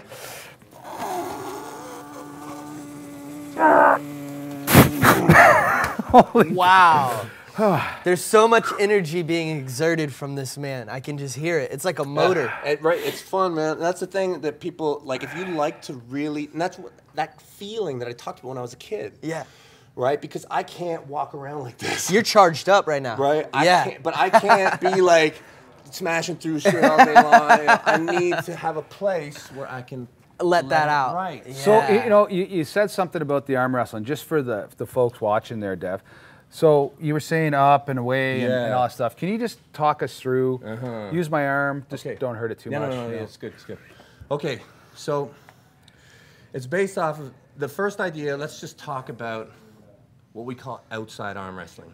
Okay. Okay, and when you think about outside arm wrestling, people use words. They'll talk about posting, top rolling, even like forms of hooking. They have what we call an outside component. And this outside component is the idea that the other person will reach for you. Mm-hmm. And that's just it. Okay, so you have to master that idea, okay? How to make people come to you. Mm-hmm. And so much of it's even postural, right? Like when you're approaching the table, get big. Okay, and right away, start to visualize the other person coming to you, dropping their hand, reaching for you. Okay, and the whole advantage to this, I will reach for you, I'm gonna do it, okay? Just posture up, be big, right? Lower up, present the target, right? You're going to be chased. Mm-hmm. Imagine yourself a piece of string. Gotcha. And I'm a cat. Okay. Okay, and the cat only goes after the string. The most tempting string is the one that's just out of reach. Because the string that's actually been caught is actually pretty weak. It's just a string. Yeah. Okay? You don't want to actually be caught. Yeah. Right? But you don't want to be so far away that I'm not going to reach. Yeah. Okay, so I reach for you. Okay, and as I start to reach for you, that's when you slowly pull the string away. Okay? Gotcha. And it's during this process of me chasing you that I'm weaker than you. Gotcha. Okay? Okay. All right. Okay, exactly. You see, now I didn't get the grip I want. I didn't get as far around you. Now just slightly see your hand. Put your thumb down and seal as high as you can. Yeah. Okay? Oh, that's powerful. That's it. That's right? powerful. And this is just I think I could beat you on this yeah, one. you would beat me. Yeah. I still got tricks. Yeah, yeah, It's not my yeah, first yeah, time, you know? Yeah. You want to go? So you get No, fired I'm up? not going to do this. I'm not gonna... I can't move it. Yeah. Been playing anything you do, So man. that little technique there will give him an advantage. That little technique will only, here's the thing. unless it's perfectly countered by the opposing idea, which I talked about, you know, the willingness to use your frame as a weapon, unless it's perfectly countered by that in an equal commitment, he's technically going to have the advantage. You feel it too, actually. I felt pretty powerful. He got there. the technical. Yeah. So the only way I'm going to win is if I'm stronger. Wow. But the thing is, that's the beautiful part about this sport, is like, it's so much technical, and we have like weight classes. So you're like, there's an open category where you're arm wrestling against the biggest person in the world, but you have weight classes, you got age divisions. So if you like just to figure stuff out, you don't necessarily have to be the strongest. Speaking of who you're taking on, Chris, you got to hear this. There, you got 2 big matches. You talked about Matt. Yeah, Matty. Matt, I love you, brother. You're the man. I'm rooting for you. I love Devin. Right here. I love Devin. I'm right here. But I'm rooting for you. But you got the big one against Dennis. Yeah. Tell us about Dennis. Chris got to hear about Dennis. Everybody's got to hear about Dennis. Where to start? Chernobyl. Yeah. We can start at Chernobyl. Here's the thing with this guy. So when you look at him, the first thing you think is, my God, that's what strong looks like. Okay, everything. Like, he is the real life Incredible Hulk. Okay, it's been so inspiring for me to mentally get to a place where I can commit to fighting this guy. You know, it's been so long coming. So I was open weight world champion beginning in 2008. Okay, now this was an era when super matches were just starting. This is one-on-one arm wrestling. Okay, and he at that exact time was the emerging champion of Nemiroff. Okay, which is the most diesel, open, European tournament style event in the world. Okay, so he's the emerging champion, I'm the current champion, and we never faced each other. We never faced each other. I stayed pulling in the one-on-ones, he stayed crushing Nemiroff. There was proposals on my end to his end, on his end to my end. There's been surgeries, there's been disappearances from the sport. We're both, once again, viewed as champions from our respective regions. Like, I'm considered the best guy in North America, especially once I win the finals this year in August. And he's the Incredible Hulk. Wow. Like, all of Russia worships this dude. Whoa. Yeah, but I'm going over there, and unfortunately for Russia, I'm gonna win. Oh no! You know? So when is the date? When is the date? November 17th, Rumi, Poland. Ah, I'm coming. It's gonna be like, man, listen, like, there's like a block in my life, and I wish it was longer, but I've got so much cool stuff that's going on right now. But believe me, the level to which I focus on this man will be ridiculous. I'm gonna shift my entire life into one purpose, you know? And wow. You know, that's the beautiful thing that this sport has given me, you know? The ability to live my life about singly one small area of focus. And it's very rewarding, you know, to really look at something that closely, because the truths about life that you can pull out of looking at one very small thing are very interesting. Mm-hmm. You know, everything is a reflection. Things you learn here, you see it all through life, you know? Anyways. I don't know, Chris, if you heard about the Invictus Games and so forth about that. It's something Prince Harry did, and it's for disabled veterans to compete at a level, not so much to win, but just to recover and so forth. Devin, we've talked about it a lot. Arm wrestling for disabled veterans. Yeah. People looking for a way to get out, be physical, and do something that brings people together. Talk about it. We've talked about it a lot. And that's another beautiful thing about the sport, is it can do that, you know. So many people with disabilities, like I said, we're all the same, disability or not. You gotta let that monster out. Mm-hmm. If you don't, you're not gonna be healthy. Anything you repress in life is bad. You don't hold anything in this.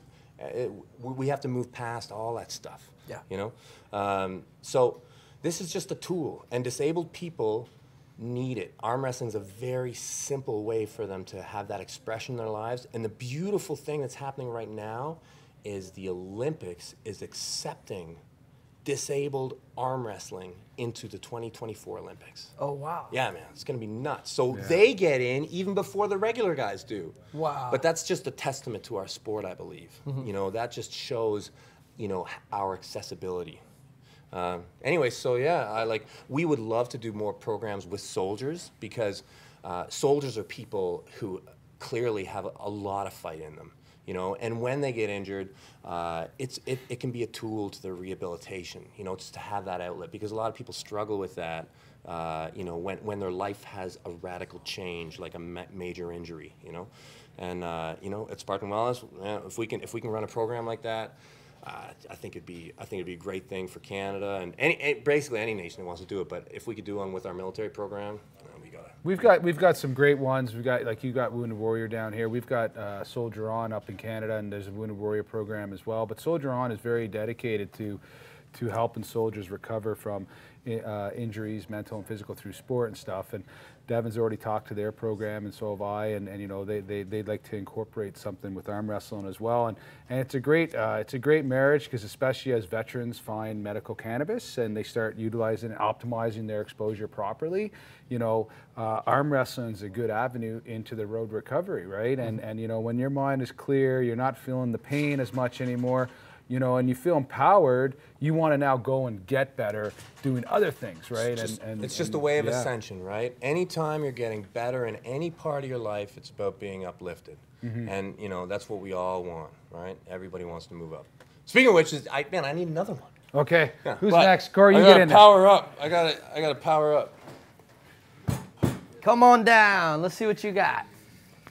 Looks like you. That's it. Now I go beast. Look at these Magical Butter tank tops. No, he won't arm wrestle. He won't arm wrestle, yeah, but you just go in and talk, right? Because you're what, how old are you now? Tank top 70. Yeah. 70. Come on in. Come on. What's your name again? Bob. Bob. But I gotta push. You should put a. All right, buddy. How many did we do last night? Oh, I don't know. It doesn't. All right. Yep, get around. Yep.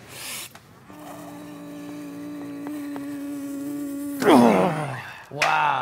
Whoa. It's the machine.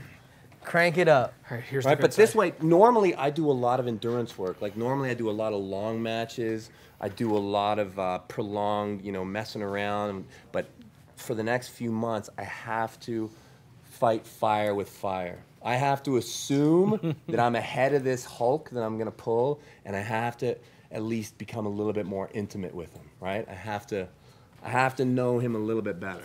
We love you, Matt Mask. Yep.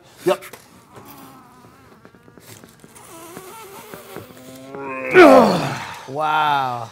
Oh, I can't wait. That's a lot of force. I can't wait. A lot of force. You're looking good in this shirt. This is the Magical Butter tank top. Watch this. I'm gonna show you the biggest tip ever. All right. Okay? We made it rain.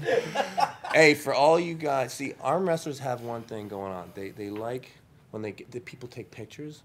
Okay, you know about how when you hold a fish, okay? Yeah. And if you want the fish to look bigger, Yeah. right? Okay, so watch this, right? See, I pull my head back. See my shoulders? I put them.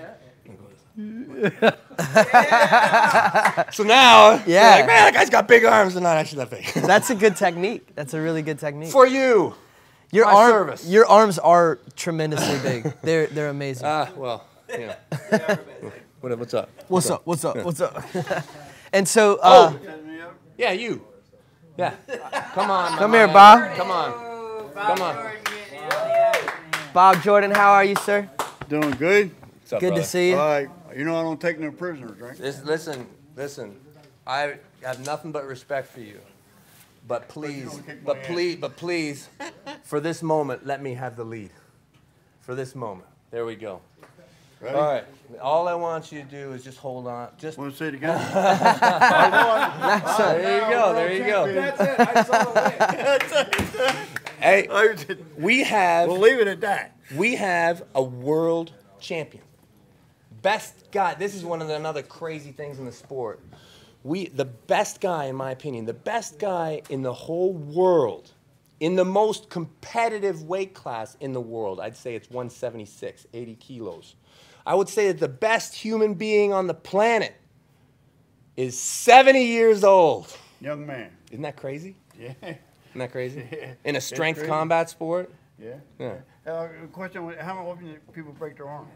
I've seen it when they're doing Yeah, all of a sudden it happens. the arm Like, will if snap. you go to, like, a pro event, like, if you went to a pro match, you'd almost never see it. When it happens is when people first start. When people first start. And I will say that it's actually very dangerous to have two guys who don't want to lose go together, okay? And if they're untrained. It's dangerous. It's like, believe me, arm I have wrestling, no idea this what is a the- fight. yeah. It is a fight, and the cost can be your arm. It can be. So you have to treat the sport with respect, right? You gotta come together. You gotta get with a club. You gotta do it right. Like anything you do in life, every time you don't do it, you hit it hard.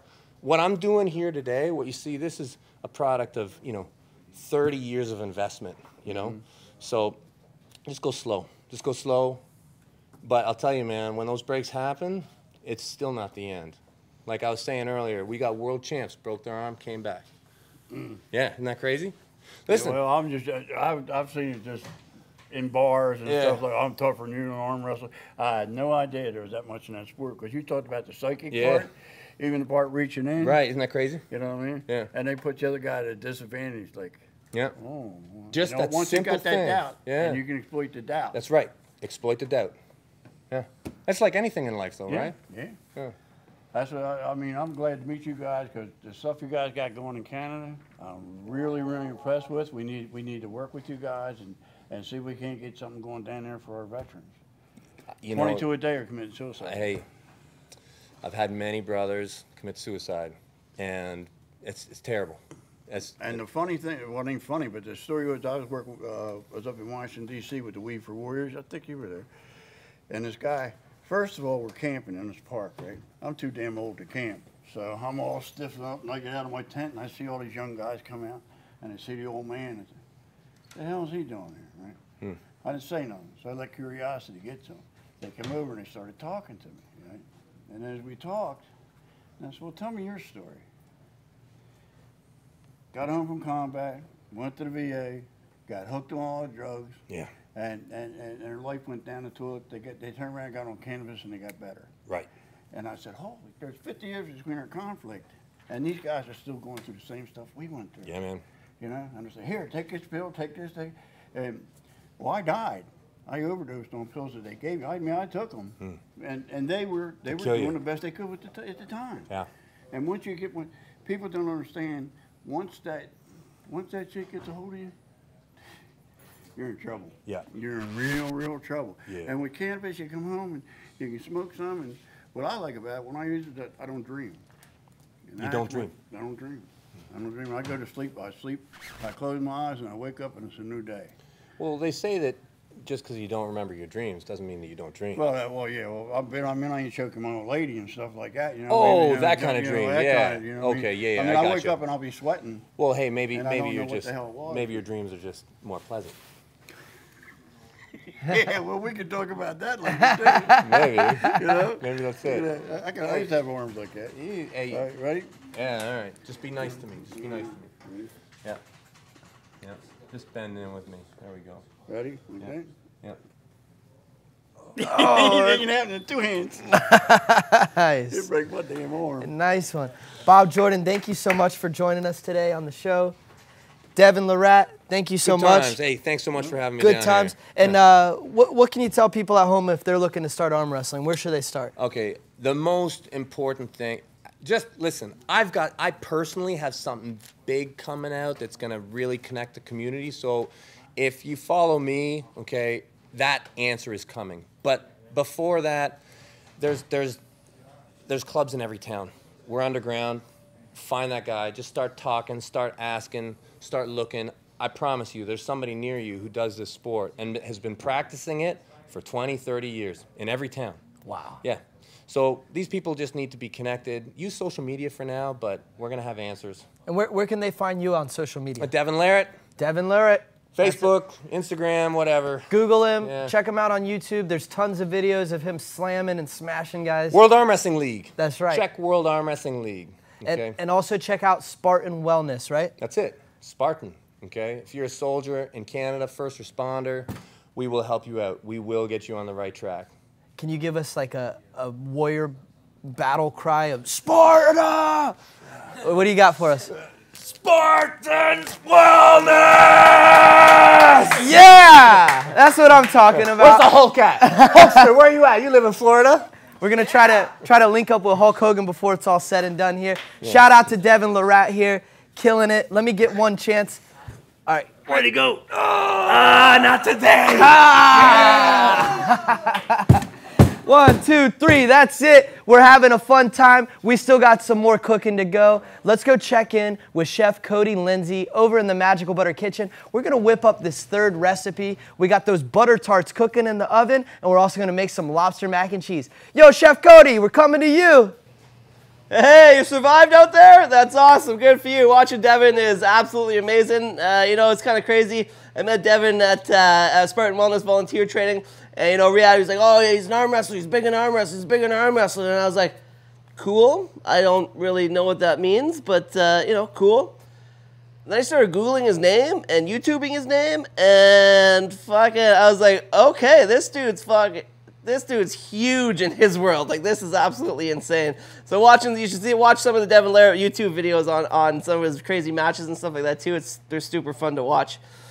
But now we come to the main star of the show, the mac and cheese. We got our butter tarts out. The oven was a little bit higher than I wanted it to be, so they kind of got a little more brown than I wanted them to be, but there they are. They're ready. They're out. They're ready to go. So now we're going to move on to the mac and cheese. Right now we have our water boiling.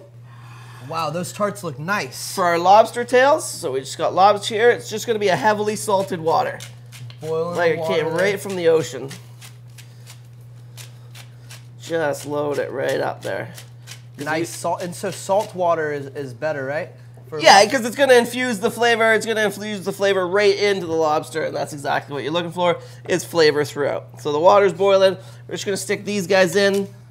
I crack the top of the knife just to make them easier to open after. Perfect. Just slap them in. My uncle just returned home from Maine, and he actually brought some frozen lobsters home. They were still alive when they got here. So. That's kind of like the East Coast. The East Coast lobsters too. Is you'll see guys in the airport coming from the East Coast with boxes and boxes of live. It says right on there, live lobster, straight from the East Coast. The lobster stays alive. It's dormant in the cold there. It loves it. And as soon as you lift up the box, it's like, it's kind of a scary experience. Right? I guess if you're not expecting it, right? All of a sudden you open this box and, My grandma freaked out. So we got the lobster tails. They turn red almost instantly. Almost instantly. That's right. That's a real quick cook. Just gonna want that in there. Of course, it's turned red instantly. It's gonna take a little while to get fully right into the lobster tail. So we're gonna let that sit for a little bit. So I just turned on the pot. We got that heating up. It's getting hot. We're gonna take our 1 stick of butter, magical butter in this instance. Perfect. Plop it in. Boom, and that's been softened. But you could use a cold stick. It's just gonna melt quicker. Yeah, if it's just gonna melt, exactly. No real big deal. And I'm using this in order to saute the onions only because I know it's not going to get above burning the cannabinoids off. Got it. You don't want to usually saute something with cannabis oil or cannabis butter because it comes too hot. So, but with this one, we're just giving the onions just a quick heat up just to get them to release their flavor. Perfect. And then, oh, look at that, it's beauty. This is that gorgeous. Get a little hotter. I love the smell of a magical butter melting there. That's really delicious. I know, it just fills up the whole room. It's just that delicious flavor. And I love the mold. I love the mold. I love how it comes with the measurements on it too. So you know you can go by tablespoon, or you can go the full stick or half the stick, or it's a little bit helpful there. I mean, the old-fashioned way. I know I used to store my butter just in a Tupperware container, and it's of course, right? Yeah, and that works. You could scoop it out and you know estimate, but having the measured stick and being able to cut specific tablespoons is really awesome. So yeah, it looks like you got some fresh grated cheese up here. What kind of cheese is this? We got some nice smoked cheddar. I like the smoke because the smokiness gives that sauce just that added little bit of extra flavor that you're looking for. It's going to complement the lobster tails really well. And then we have a nice Gruyere cheese. Kind of a mild on the taste, but is going to add a nice body and a nice consistency to the cheese sauce. Nice meltedness there. Exactly. So we got this going. Onion. It's just heating up real good here. This is great. We're live in the kitchen right now, the Magical Butter Kitchen with Chef Cody Lindsay, the wellness soldier. And we're hanging out making some infused lobster mac and cheese. This is one of my favorite dishes. And this is something that is very popular in fancy restaurants. Oh, big time. Yeah, you know, it's kind of crazy to think that lobster used to be a poor man's food. I can't believe Lobster, it. shrimp, a lot of seafood used to be poor man's food. And now, you know, yeah, it's on fancy menus. It's one of the most expensive items within that menu. And then it just gets, it just gets more and more. And then you start getting into, you know, your different kinds of crabs and then your different with places in which your lobster comes from. And the price starts going even more crazy. Yeah. And it's crazy to think that, you know, you take things for granted sometimes, you know, like East Coast lobster, you know, to go down, or even me, I'm on the West Coast. I could just go right down to the dock, grab some fresh salmon and halibut right from the ocean, go home, you know what I mean, for like a fraction of the price of what I was used to be able to get it for in Ottawa, because it's literally right off the boat. It's absolutely amazing. And I guess if you were in the middle of the country there, that'd be a little bit more challenging. And that's a little bit more challenging. Like I said, coming when I was in Ottawa, you know, you get it's like, oh, halibut season right on. Oh, like $30 per 100 grams. Oh, awesome. Wow, that's expensive. Yeah, great. This is... My buddy's a fisherman, so luckily he comes home with some fresh fish every weekend, and there's no market price there, you know. We're just exactly. fresh That's off the what boat. I love living about there too, right? It's like I go out with a buddy, and you go out on his boat, you catch a couple of fish, come home, and it's like, oh my God, like I just got all of this free food. It's like, oh my God, this is amazing. And then imagine you're growing your own cannabis at home, and it's not free, there's labor involved, but you're growing your own cannabis, you go catch your own fish, you infuse the fish or the lobster with you know, the bud you grew. Well, I mean, it's a lot. The cool thing too is we could be poaching this lobster in cannabis butter. We could. We could. I like that. We could. And if I was cooking this as a lobster tail on its own that you did on your own, I'd have some lemon, I'd have some thyme, I'd have a bunch of other flavorings in there. But because we're adding it to the mac and cheese, which sauce is going to have a lot of savory flavor, you're not going to want to have kind of that tartness of lemon kind of even just peeking through a little bit. So we got that just going just very easily. This is great. And so, yeah, macaroni and cheese, I was reading, is one of the most popular dishes in Canada. It's a popular one for sure. To be specific, I guess craft dinner, they call it, the KD. Oh, the KD. You know, it's funny that you were mentioning before about some home items. You know what I mean? You cook that out in the field or out on ship. We were about, I don't know, probably a good 90 days into our Persian Gulf trip. And the Storzies had craft dinner. And they're like, oh man, we got craft dinner. The ship went nuts. They're like, so happy? So happy, like so happy just to have some mac and cheese. Wow. Just to have prefabbed mac and cheese. Something and they went so nuts. simple. And they went Something nuts. so simple. But you know, I guess when you're out there and you're eating whatever you can, and maybe sometimes food isn't, like food you want isn't as available, like something like mac and cheese. Really something like mac and cheese is absolutely amazing. Makes exactly. you feel great. So those have been in there a while. The good thing about it, even if they're not fully cooked, once we take them out, they'll get fully cooked, finishing in the mac, which is actually kind of a good thing because we don't want to overcook them. What would happen if you overcooked your lobster? Would the meat become a little tough? Or? Yeah, it would just become tough and rubbery. Yeah. Nothing, you know, nothing too crazy. Still eatable, but not as ideal as, you know, cooking that perfect poach or, you know. So there we go. We got the onions getting nicely caramelized in there. We got them leaching out the flavor. So then we're going to take our flour. And what we're doing is making a roux. And what a roux is when you combine butter and flour together, that's called the roux. And then if you're making a gravy, you break that down with stock. Or since we're making a cream sauce, we're going to break it down with milk and cream. Excellent. So this is going to just... And where's the pasta shells?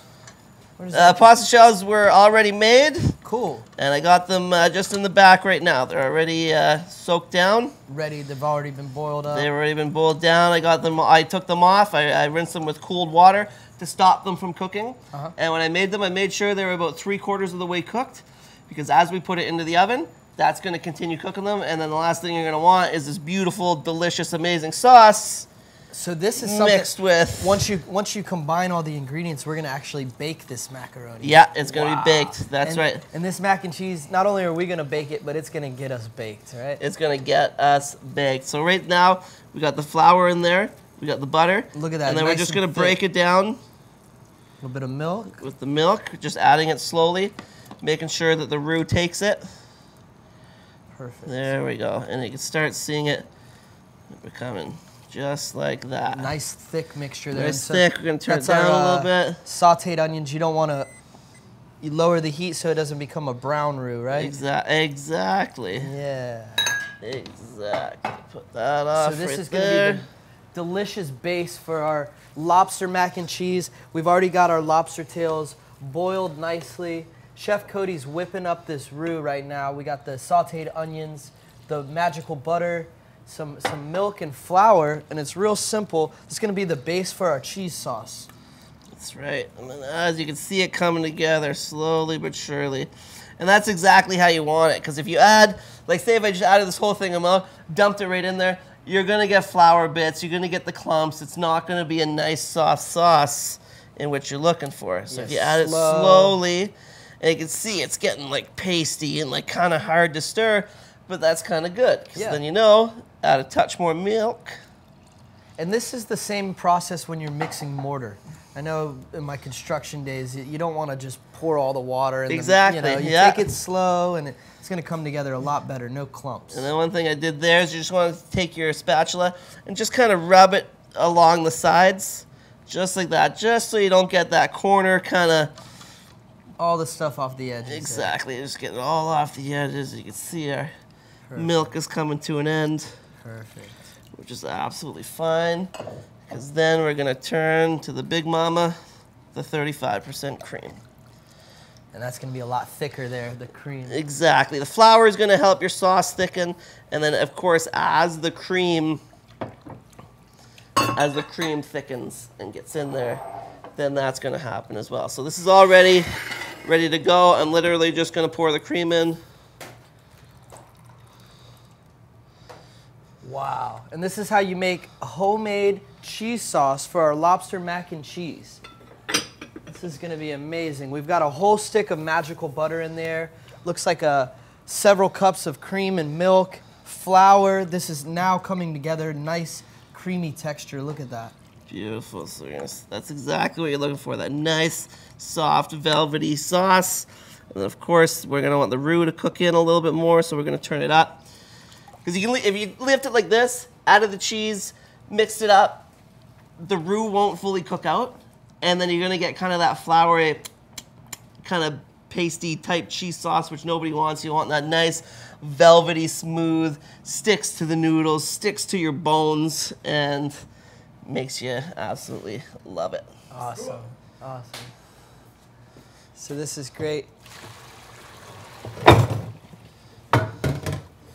We got our cheese put sauce that off here. the side. Exactly. We got that. All we're waiting to do now is wait for it to heat up. And as it heats up, again, it's going to thicken the roux even more. And that'll be perfect for you to start melting the cheese. And that's exactly it. That's when we're going to add the cheese. That's when we're going to add all that deliciousness. And like I said, in here we have smoked cheddar and Gruyere cheese. So we're going to take, now that they've had a little bit of a chance to cool down, we're just going to take it. Like I said, I've already kind of split the shell. Split the shell. Real easy. Just kind of stick your finger in there. Get out of there. Get all that lobster meat out. Yeah, you're going to have to get right in there. Come here, you. Sounds like we got some rain outside, everybody. Oh my goodness, what are you doing? The lobster gods are angry. Cool. Well, this guy is being quite the devil. There we go. That's all right. We got most of that out there. We definitely got it out. None to waste. None to waste. There we go. So before we boiled these lobsters, Chef Cody split the shell with a knife, and that's going to make it much easier when it comes time to cook, because then it's going to cook. It's going to cook in the crack, and then you're not going to have to cook this whole lobster tail. It's pretty much kind of just like a half one. Not going to take too long. speed that process up there. Exactly. So And today we're in the kitchen. We're live right now. We started off the show and made an infused maple balsamic salad dressing. It's delicious. From there, we created these infused butter tarts with this delicious infused topping, and it looks just so good. Do you mind if I try one here? Yeah, for sure. I know they cooked a little longer, but they still look perfect to me. I kind of like a little bit of the extra toastiness, so let me try this out. Hear that crunchy flakiness of the butter. Then, of course, like I said, the butter tart mixture is going to come in, add that nice sweet flavor. Then you're going to get the consistency of the raisins kicking in. This is perfect. This is so good. You guys at home are going to love this recipe. If you've never had a traditional butter tart, you don't know what you're missing out on. This is top notch. The dough has like a real light pastry crust, really fluffy and crunchy, airy. The filling inside is sweet, but not too sweet, and that raisin really helps complement it. It's just like, again, just a nice consistency aspect to it, right? And then that's where the pecans come into play too. Is some people, again, it's just to add that kind of crunchy consistency where, you know, the mixture inside's nice and creamy, nice and runny, and then they got the buttery, flaky outside. Mm-hmm. And then, yeah, sometimes people like the nuts to bring in that nice crunchy aspect to it.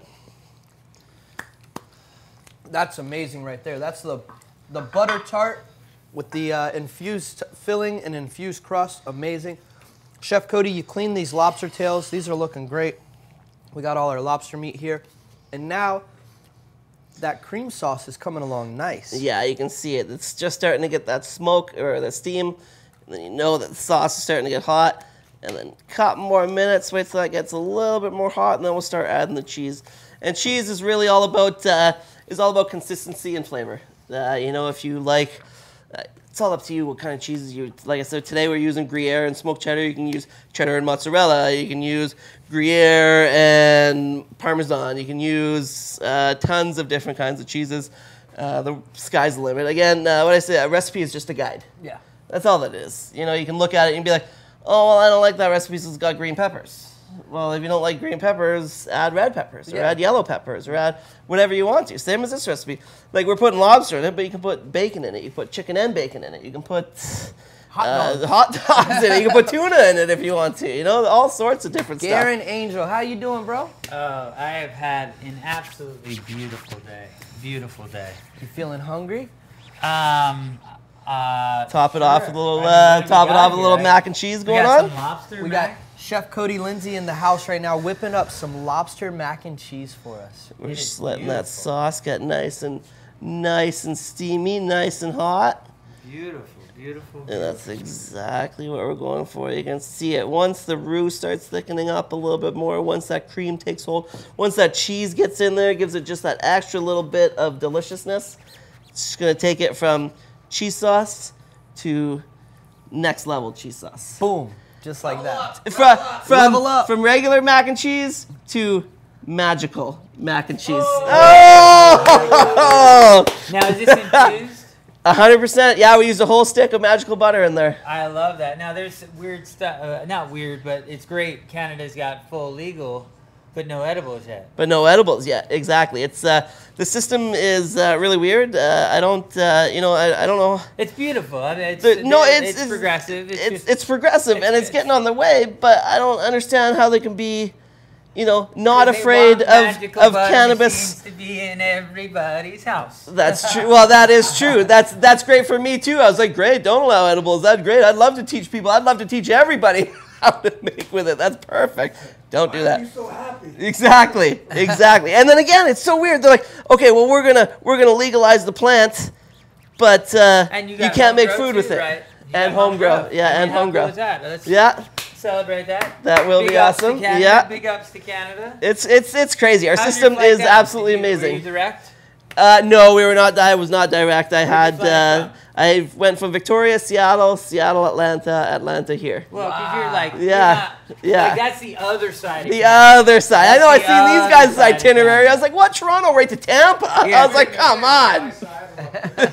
I mean, we're flying to Toronto on Thursday. Direct. Nice, direct, easy, right? Here's the wild thing, right? It's 2 hours and 40 minutes direct from Orlando to Toronto, right? It's 2 hours and 40 minutes from Orlando to New York, and it's 2 hours and 40 minutes to Puerto Rico, right? and if you're in New York, it's 2 hours and 40 minutes from New York to Puerto Rico. I don't know how in the world it's 2 hours and 40 minutes to get anywhere on the East Coast, but for some reason, That's the magical number, it's yeah. 2 hours and 40 minutes. So now we got the, like I said, it's heated up, it's nice and hot, and just start adding the cheese. Just make that. Now, just are get you it gonna right in keep there. Producing this? Is that the idea here, or are we just loading this with cheese? We're just loading it with cheese. As it, again, it's going to keep cooking, and we are going to keep cooking it for a little while, but it's pretty much there. It's gonna slowly start to thicken up. And Exactly. As that cheese melts. As that cheese melts, as it gets hotter. And I noticed you used all white cheese here. It's really gonna create a delicious Just gourmet that, look. exactly. Just that nice, creamy, delicious look of mac and cheese. And again, there's nothing wrong with using orange cheddar whatsoever. Not at all. Or a little pepper jack, right? Exactly, exactly. Or a little Havarti in there, color, even. Though. It's just gives it that, yeah, just We that got, nice white, shredded Gruyere delicious. and some smoked Gouda in here. No smoked cheddar. Smoked cheddar. smoked cheddar. Yeah, the smoked cheddar. cheddar's better. Exactly. So now it's just a painful waiting game. What do we have up front here? So We these have you have Canada's to try. dessert. These are delicious. It's a Canada tradition. They're a butter tart, and it's got an infused filling, brown sugar filling with raisins. You're gonna love it. The crust is crunchy, tender, flaky, crispy, crunchy crust. Magical butter infused. Is that great or what? It's amazing. I think I have the biggest piece of it on my front tooth ever. Cool, so the cheese is melting. We're live in the kitchen right now. We got Chef Cody Lindsay, the wellness soldier, all the way from Vancouver, Canada, here with us, making a lobster mac and cheese. Garen Angel is trying one of his delicious infused butter tart cookies. G, what do you think on that flavor there? I think the flavor is great. And, It's all stuck in your He's like, I knew it, I knew the it. flavor is really tremendous. And, it really is good though. It's a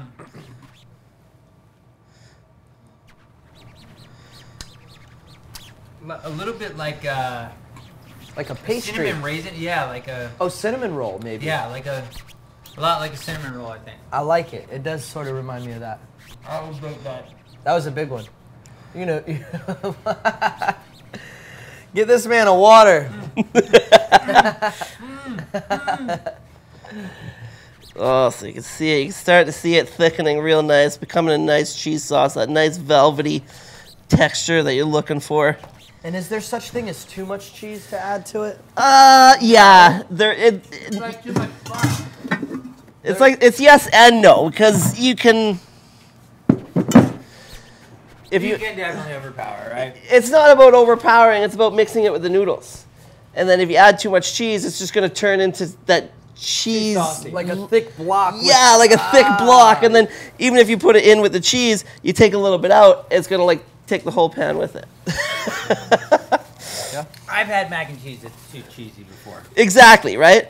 Like it's still delicious. It's exactly still delicious, but overpowering is overpowering. Now here's the real question. Is there something called too much truffle oil? Yeah, definitely. Definitely. Truffle is such a Overpowering. overpowering flavor as it is. What does that- truffle not belong in? I don't think it belongs No. in mac and cheese. What? You love it in mac and cheese. What do you mean you don't think it belongs in mac and cheese? I'm not a fan. You know, I don't really care about it. It's like, man, Truffle mac and cheese, you don't like it? it's alright. I eat it if it's the only thing on the menu. You like truffle mac? I like a little topping on the mac. Right, like truffle, like Yeah, at a yeah. nice restaurant, truffle mac. Yeah. Or truffle fries. Or truffle Oh, fries. the truffle Yeah, fries. truffle See, fries. truffle fries. So now I we're like. getting into a different world. I yeah. love the truffle fries, of course. Yeah, so truffles are a delicacy, and you may see some black truffle or white truffle mac and cheese on a menu near you. On a menu near you we're not for putting- like $85. We're not putting truffles in this one here. We're putting lobster in it today, gourmet style. A little truffle's never bad for you. I think we might have some. Do you want me to see? Let me check our pantry. I'm kidding. We don't have to put truffle. Do we got truffle oil back there? Probably. I know we have. I think there's oil back there that I saw. Yeah. Mic switch. No, we're not. I was looking for the pasta when he was making this. I said, okay, we have mac and cheese, but where's the pasta? I saw it kind of in the sink here. No, right here. We had it in the sink. And one thing that I did is I strained it, obviously. Hit it with a little bit of cold water to stop the process of the cooking, because again, you don't want that overcooked noodle. It's gross. Nobody wants it. And then I just left it there. And I didn't. Some people have the tendency to want to oil up their noodles, but you don't want to do that in this instance, because then the sauce isn't going to stick to it. Got it. And that's exactly what you want. You want that hearty cheese sauce laden noodle. As soon as you pick it up, it's dripping with sauce all over the place. Stays right on the noodle. I'm passionate about my mac and cheese. Oh yeah. I like that. It matters that you put passion into your mac and cheese. I can't wait to try this. Mac and cheese is one of my favorites. Now he's built this one up. So look, Chef, we're really looking for you to deliver on this one. You've built it up. So you're gonna take your lobster. If you had a knife, you could just chop it up into little pieces. We're just gonna take a little bit. Little chunks of lobster. Little chunks here and there. Nice big chunks. Everybody likes lobster. Well, you want to make sure that everyone's going to get a bite of lobster in their mac, right? Exactly. That's good stuff. If we were doing a big one like this, probably like 6 more tails. Oh, just to ideal. really load it up. How many people will this dish feed here? This would probably feed a good 8. Yeah, I was gonna say 8, depending 6 to 8. Yeah, depending on how. How much pasta did you cook? There's this and a little bit more. Was this a pound or 2 pounds or how much? It's like a pound and a half. Yeah, it was a pound and a half. It's a box and a half. Yeah. So then we have it like this. And then we're just gonna take our mac and cheese. Look at that. Give it a nice stir, perfect. So you see that nice. It smells as so you good. go through again, you can just see that's that nice velvety, beautiful texture. And you're just gonna take it.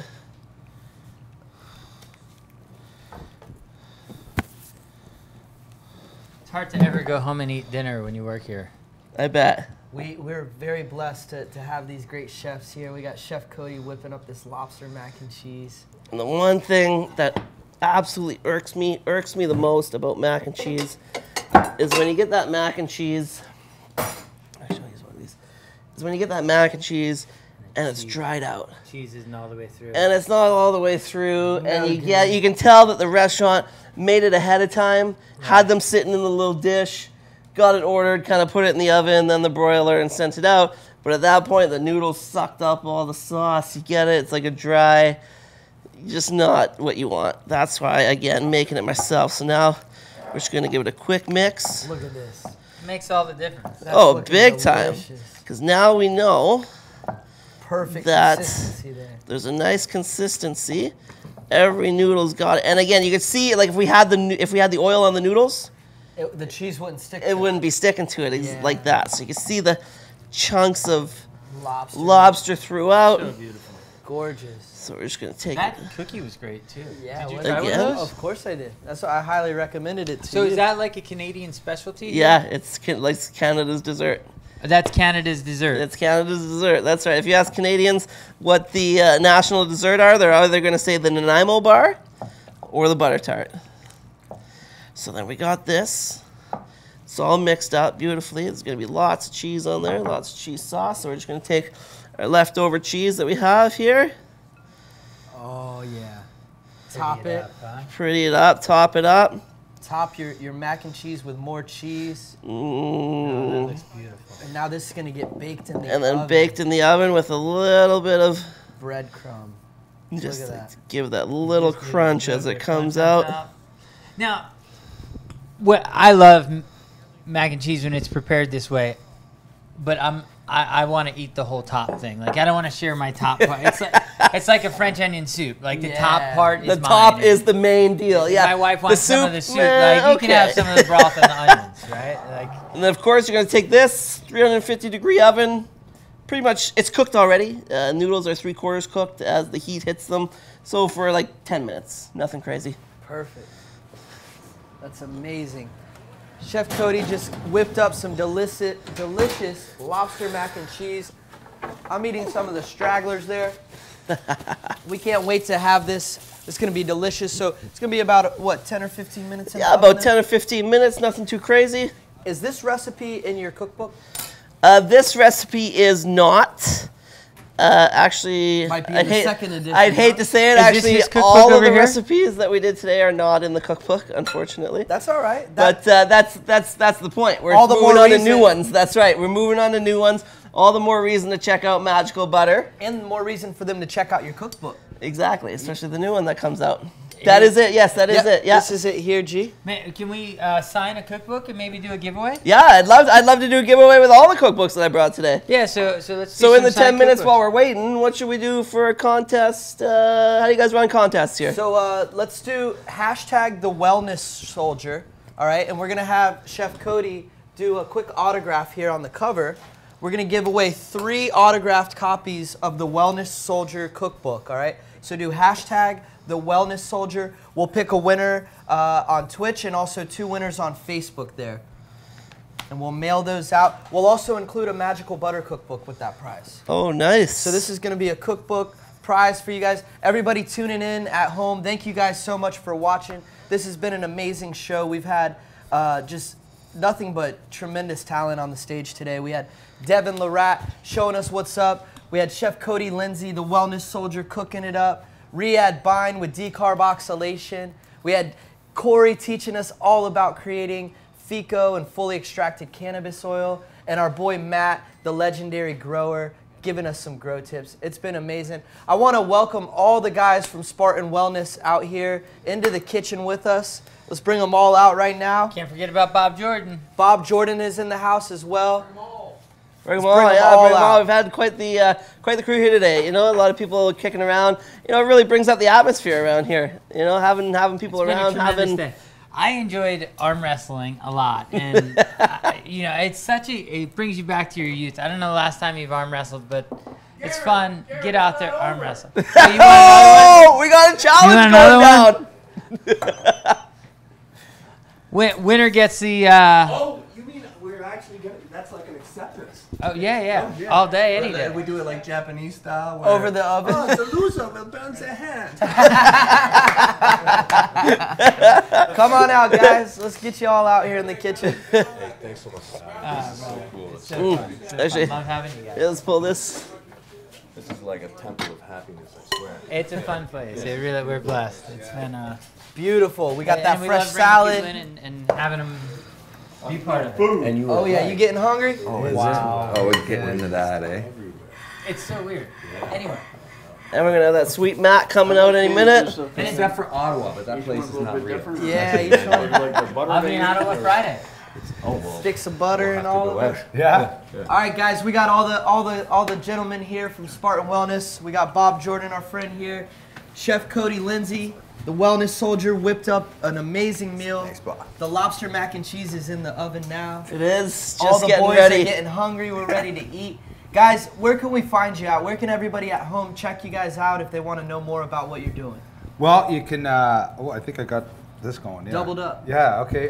Spartan Wellness. www.spartanwellness.ca. We're a virtual company right across Canada. We have veterans, educators, volunteers right across Canada that can be easily reached through the Spartan Wellness website. If you're interested in finding out more information, even if it's just about our give back model, our pharmaceutical prescribed creams, if you don't choose not to use medical cannabis to start off with, or you just want to ask about our givebacks, you can reach us through our website through the interest page, and the phone numbers are there as well to reach us at any time. Amazing, amazing.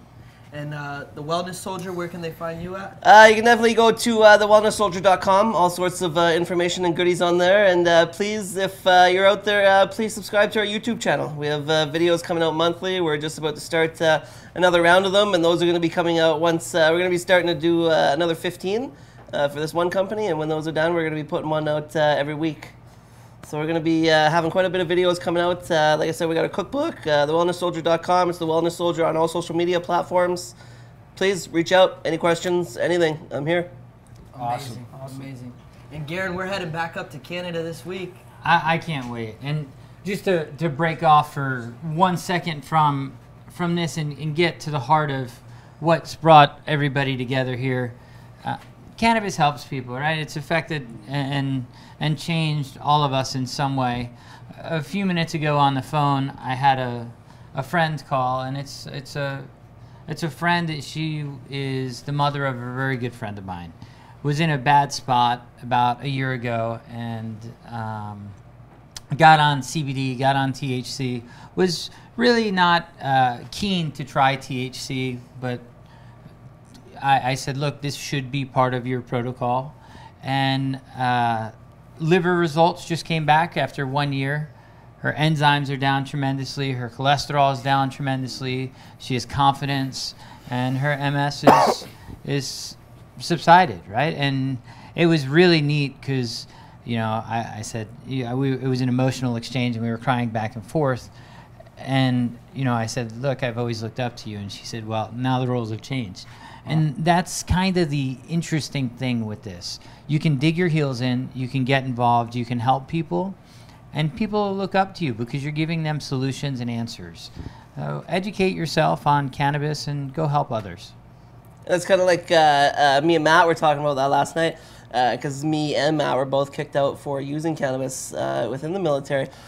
And it's really a good feeling when the people that were against you and called you, an addict, and you're going to be nothing in society, and you're a loser for getting kicked out for cannabis, and to have those people, as much as their tail is tucked between their legs when they come and okay, I've been hearing a lot about this cannabis, and from you and from a lot of other people.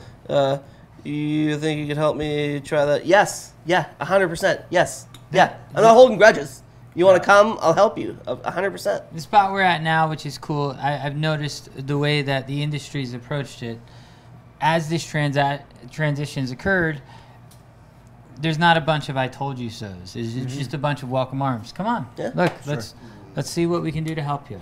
And that's why I think we're really starting to get motion forward, is everybody's come together, and we realize that every family out there has some kind of health ailment or medical necessity, and this could be an option for them.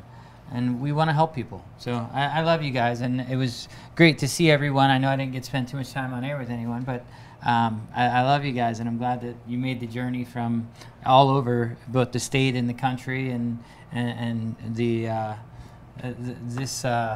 this was just a beautiful Canada Day in Florida. Yeah. There we go. Yeah. Big time. Boy. And isn't it neat that both our countries have our big celebrations so close together? Yeah. Doesn't that tell you something? Yeah, it's like we're neighbors. We are your It's little like Well, I think the U.S. will be following soon with the cannabis, hopefully sooner than later. And for the veterans, and we've talked about it, it's a needed medicine for them to help them get through the times. And the suicide's got to stop.